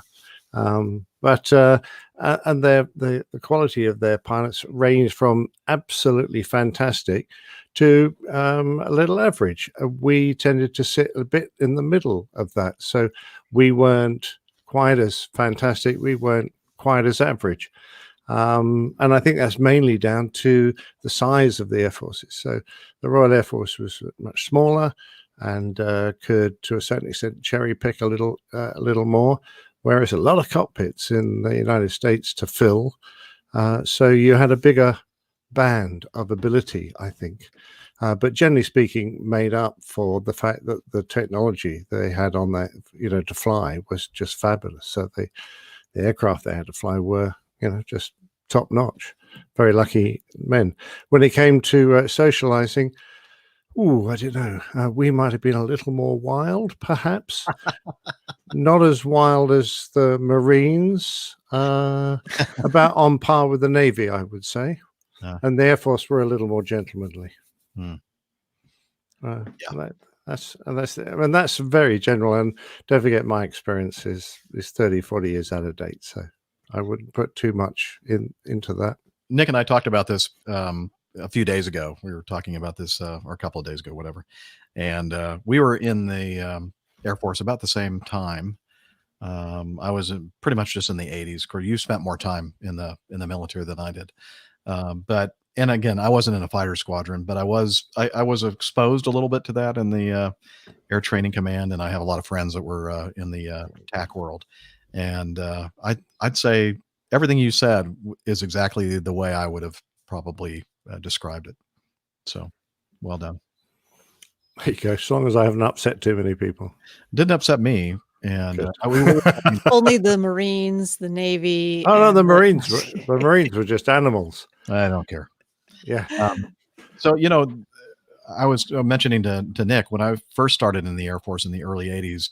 I mean, we were drinking like crazy. I mean, the whole culture was like, every day ended with, and sometimes began at the officers club. With a vehicle. Yeah.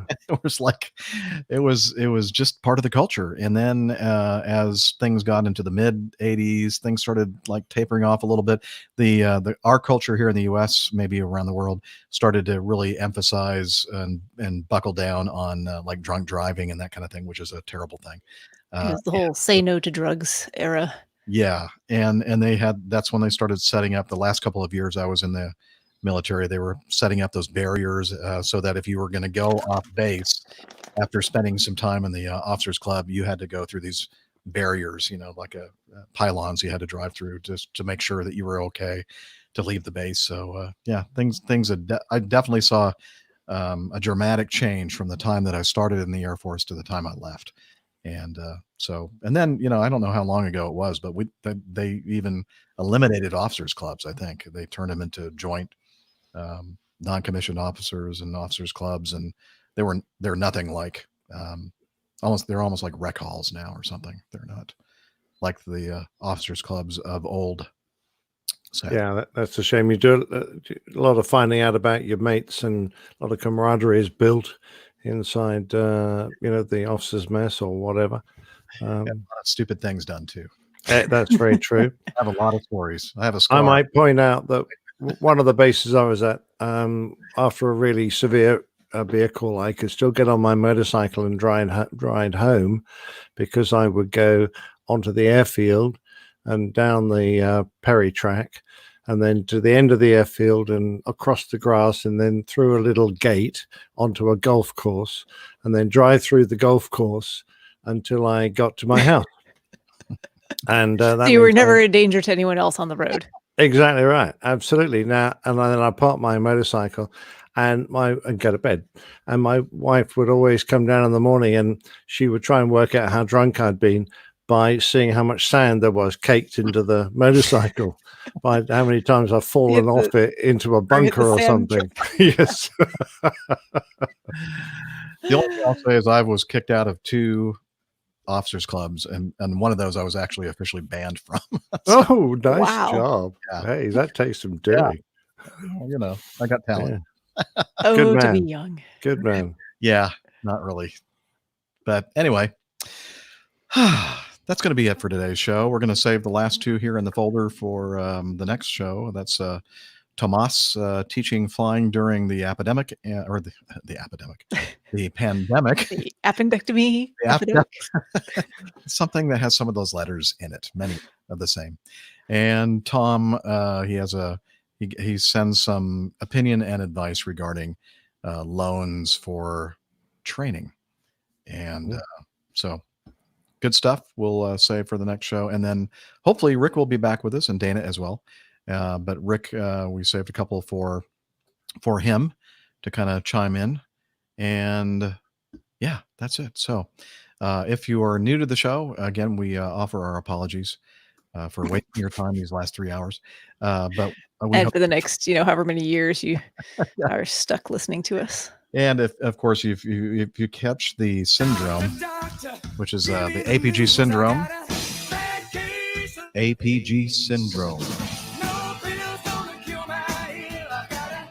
Isn't there a syndrome? Isn't there a vaccine for that now? No, there's a treatment of sorts.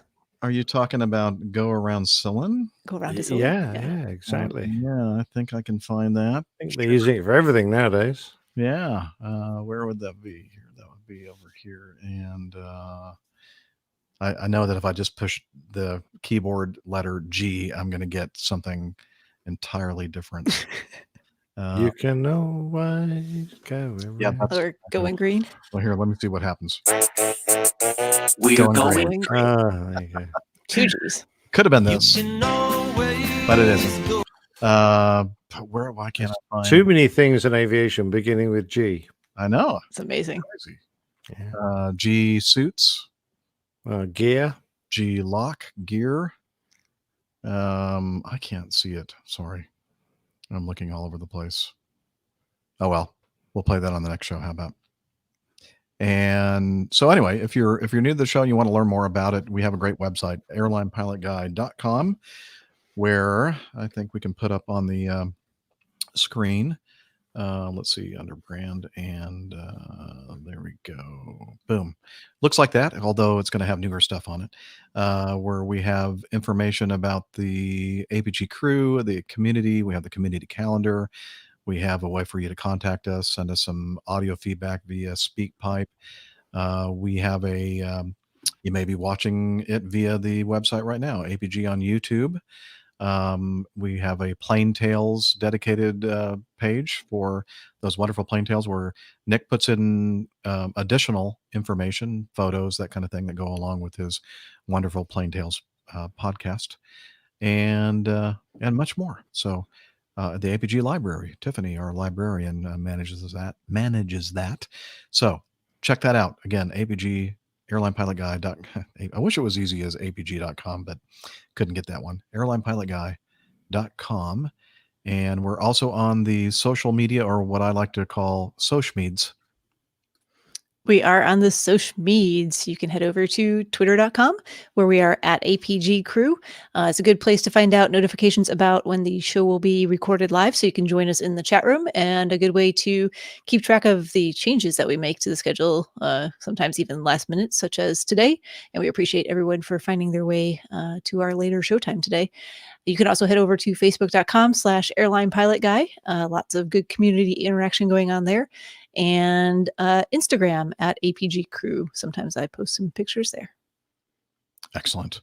And we are also on Slack. Let's see if I can turn up the hidden microphone in the restroom here. Hello.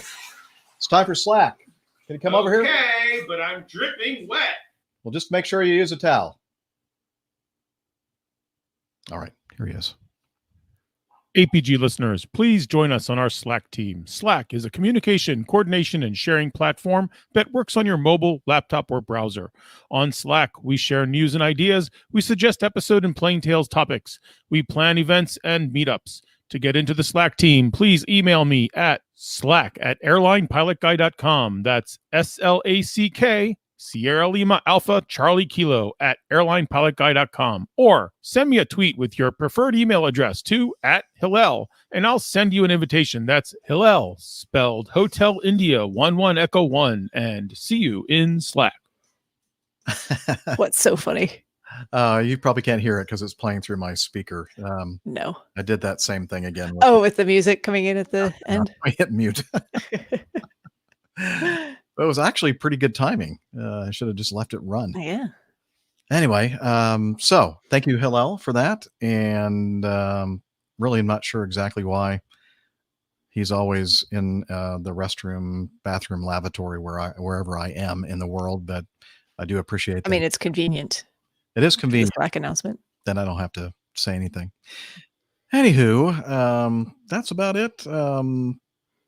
Anything else we should add? Oh, we have to thank our control room. Yep. Thanks, Liz. Liz in Toronto, Ontario. So thank you for all your help and direction and production behind the scenes, Liz. And until next time, wishing you all clear skies, unlimited visibility, and tailwinds. Take care and God bless. Cheers, y'all. And one more cheers to Captain Andy Anderson. Oh, yes. That's very kind. Cheers. Thanks so much. Farewell. Cheers, Andy. I'll fly west safely. Bye, everybody.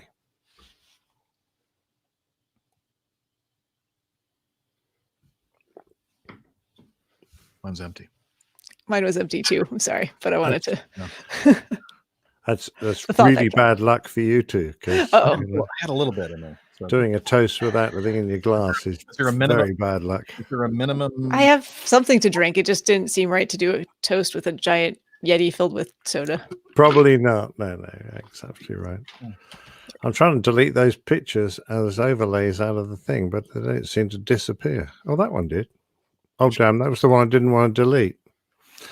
Actually, the format of those overlays is a different size to the image I normally do for the artwork. Jeff, it's 16:9 rather than 16:10. So why don't I adjust that to 16:10 for you?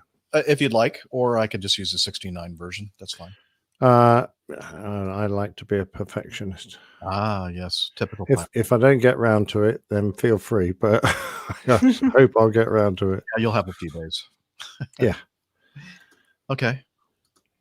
Awesome. That was really nice having those overlays, those pictures to be in the back. What great pictures. Yeah, I should have assembled some more, but actually, I think you limited the number of overlays you can put in there to 20 or something. But anyway, the fact was that it did make a nice way to illustrate it. And thank you very much, everyone, for your lovely comments in the chat room. Much appreciated.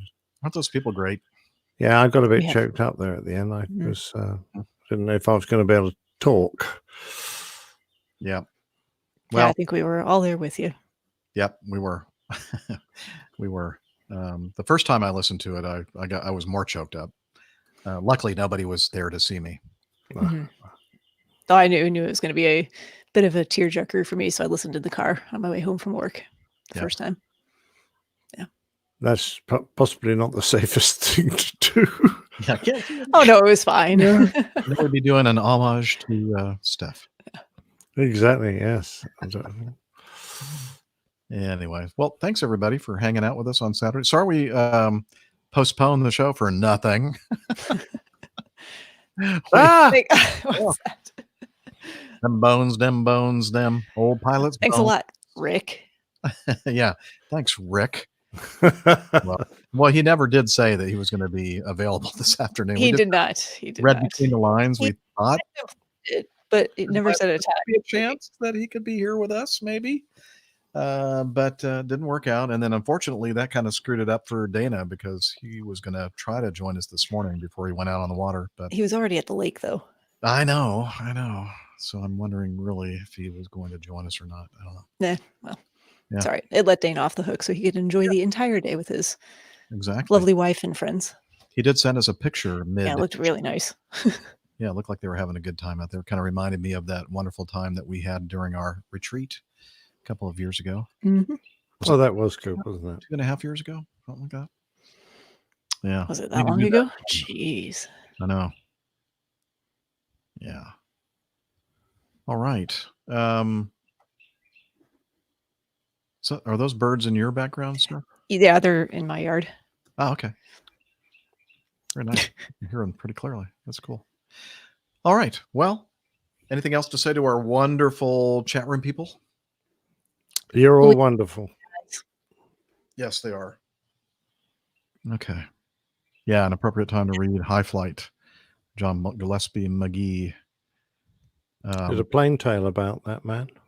Yep, you did. And then I learned, I thought he was Canadian, but apparently he is from some other country, right? Or am I confusing that with I something? think he was born in India, I think. India or something like that. It was like one of those. But he was in the Canadian Air Force. Yeah. I screwed that one up. I thought that he was Canadian, but apparently not. All right. Well, let's go and say, bid everybody a farewell. Thank you very much for hanging with us today. And next show will be sometime next week. Hey, if you follow us on Twitter or Facebook or I don't think it gets posted to Slack, does it, for the show times? No, I think it's just Facebook and Twitter. All right. So check there and you'll know when we're going to do our show. Why on earth didn't we put it in Slack? I don't know. That's because we're slackers. Yes. Yeah. Well, and also you can check out the community calendar. We put it there as well. So if you have that on whatever, I knew there was one other place I was forgetting. then you can find it there. Usually when we kind of nail it down, we put it there with all the appropriate information.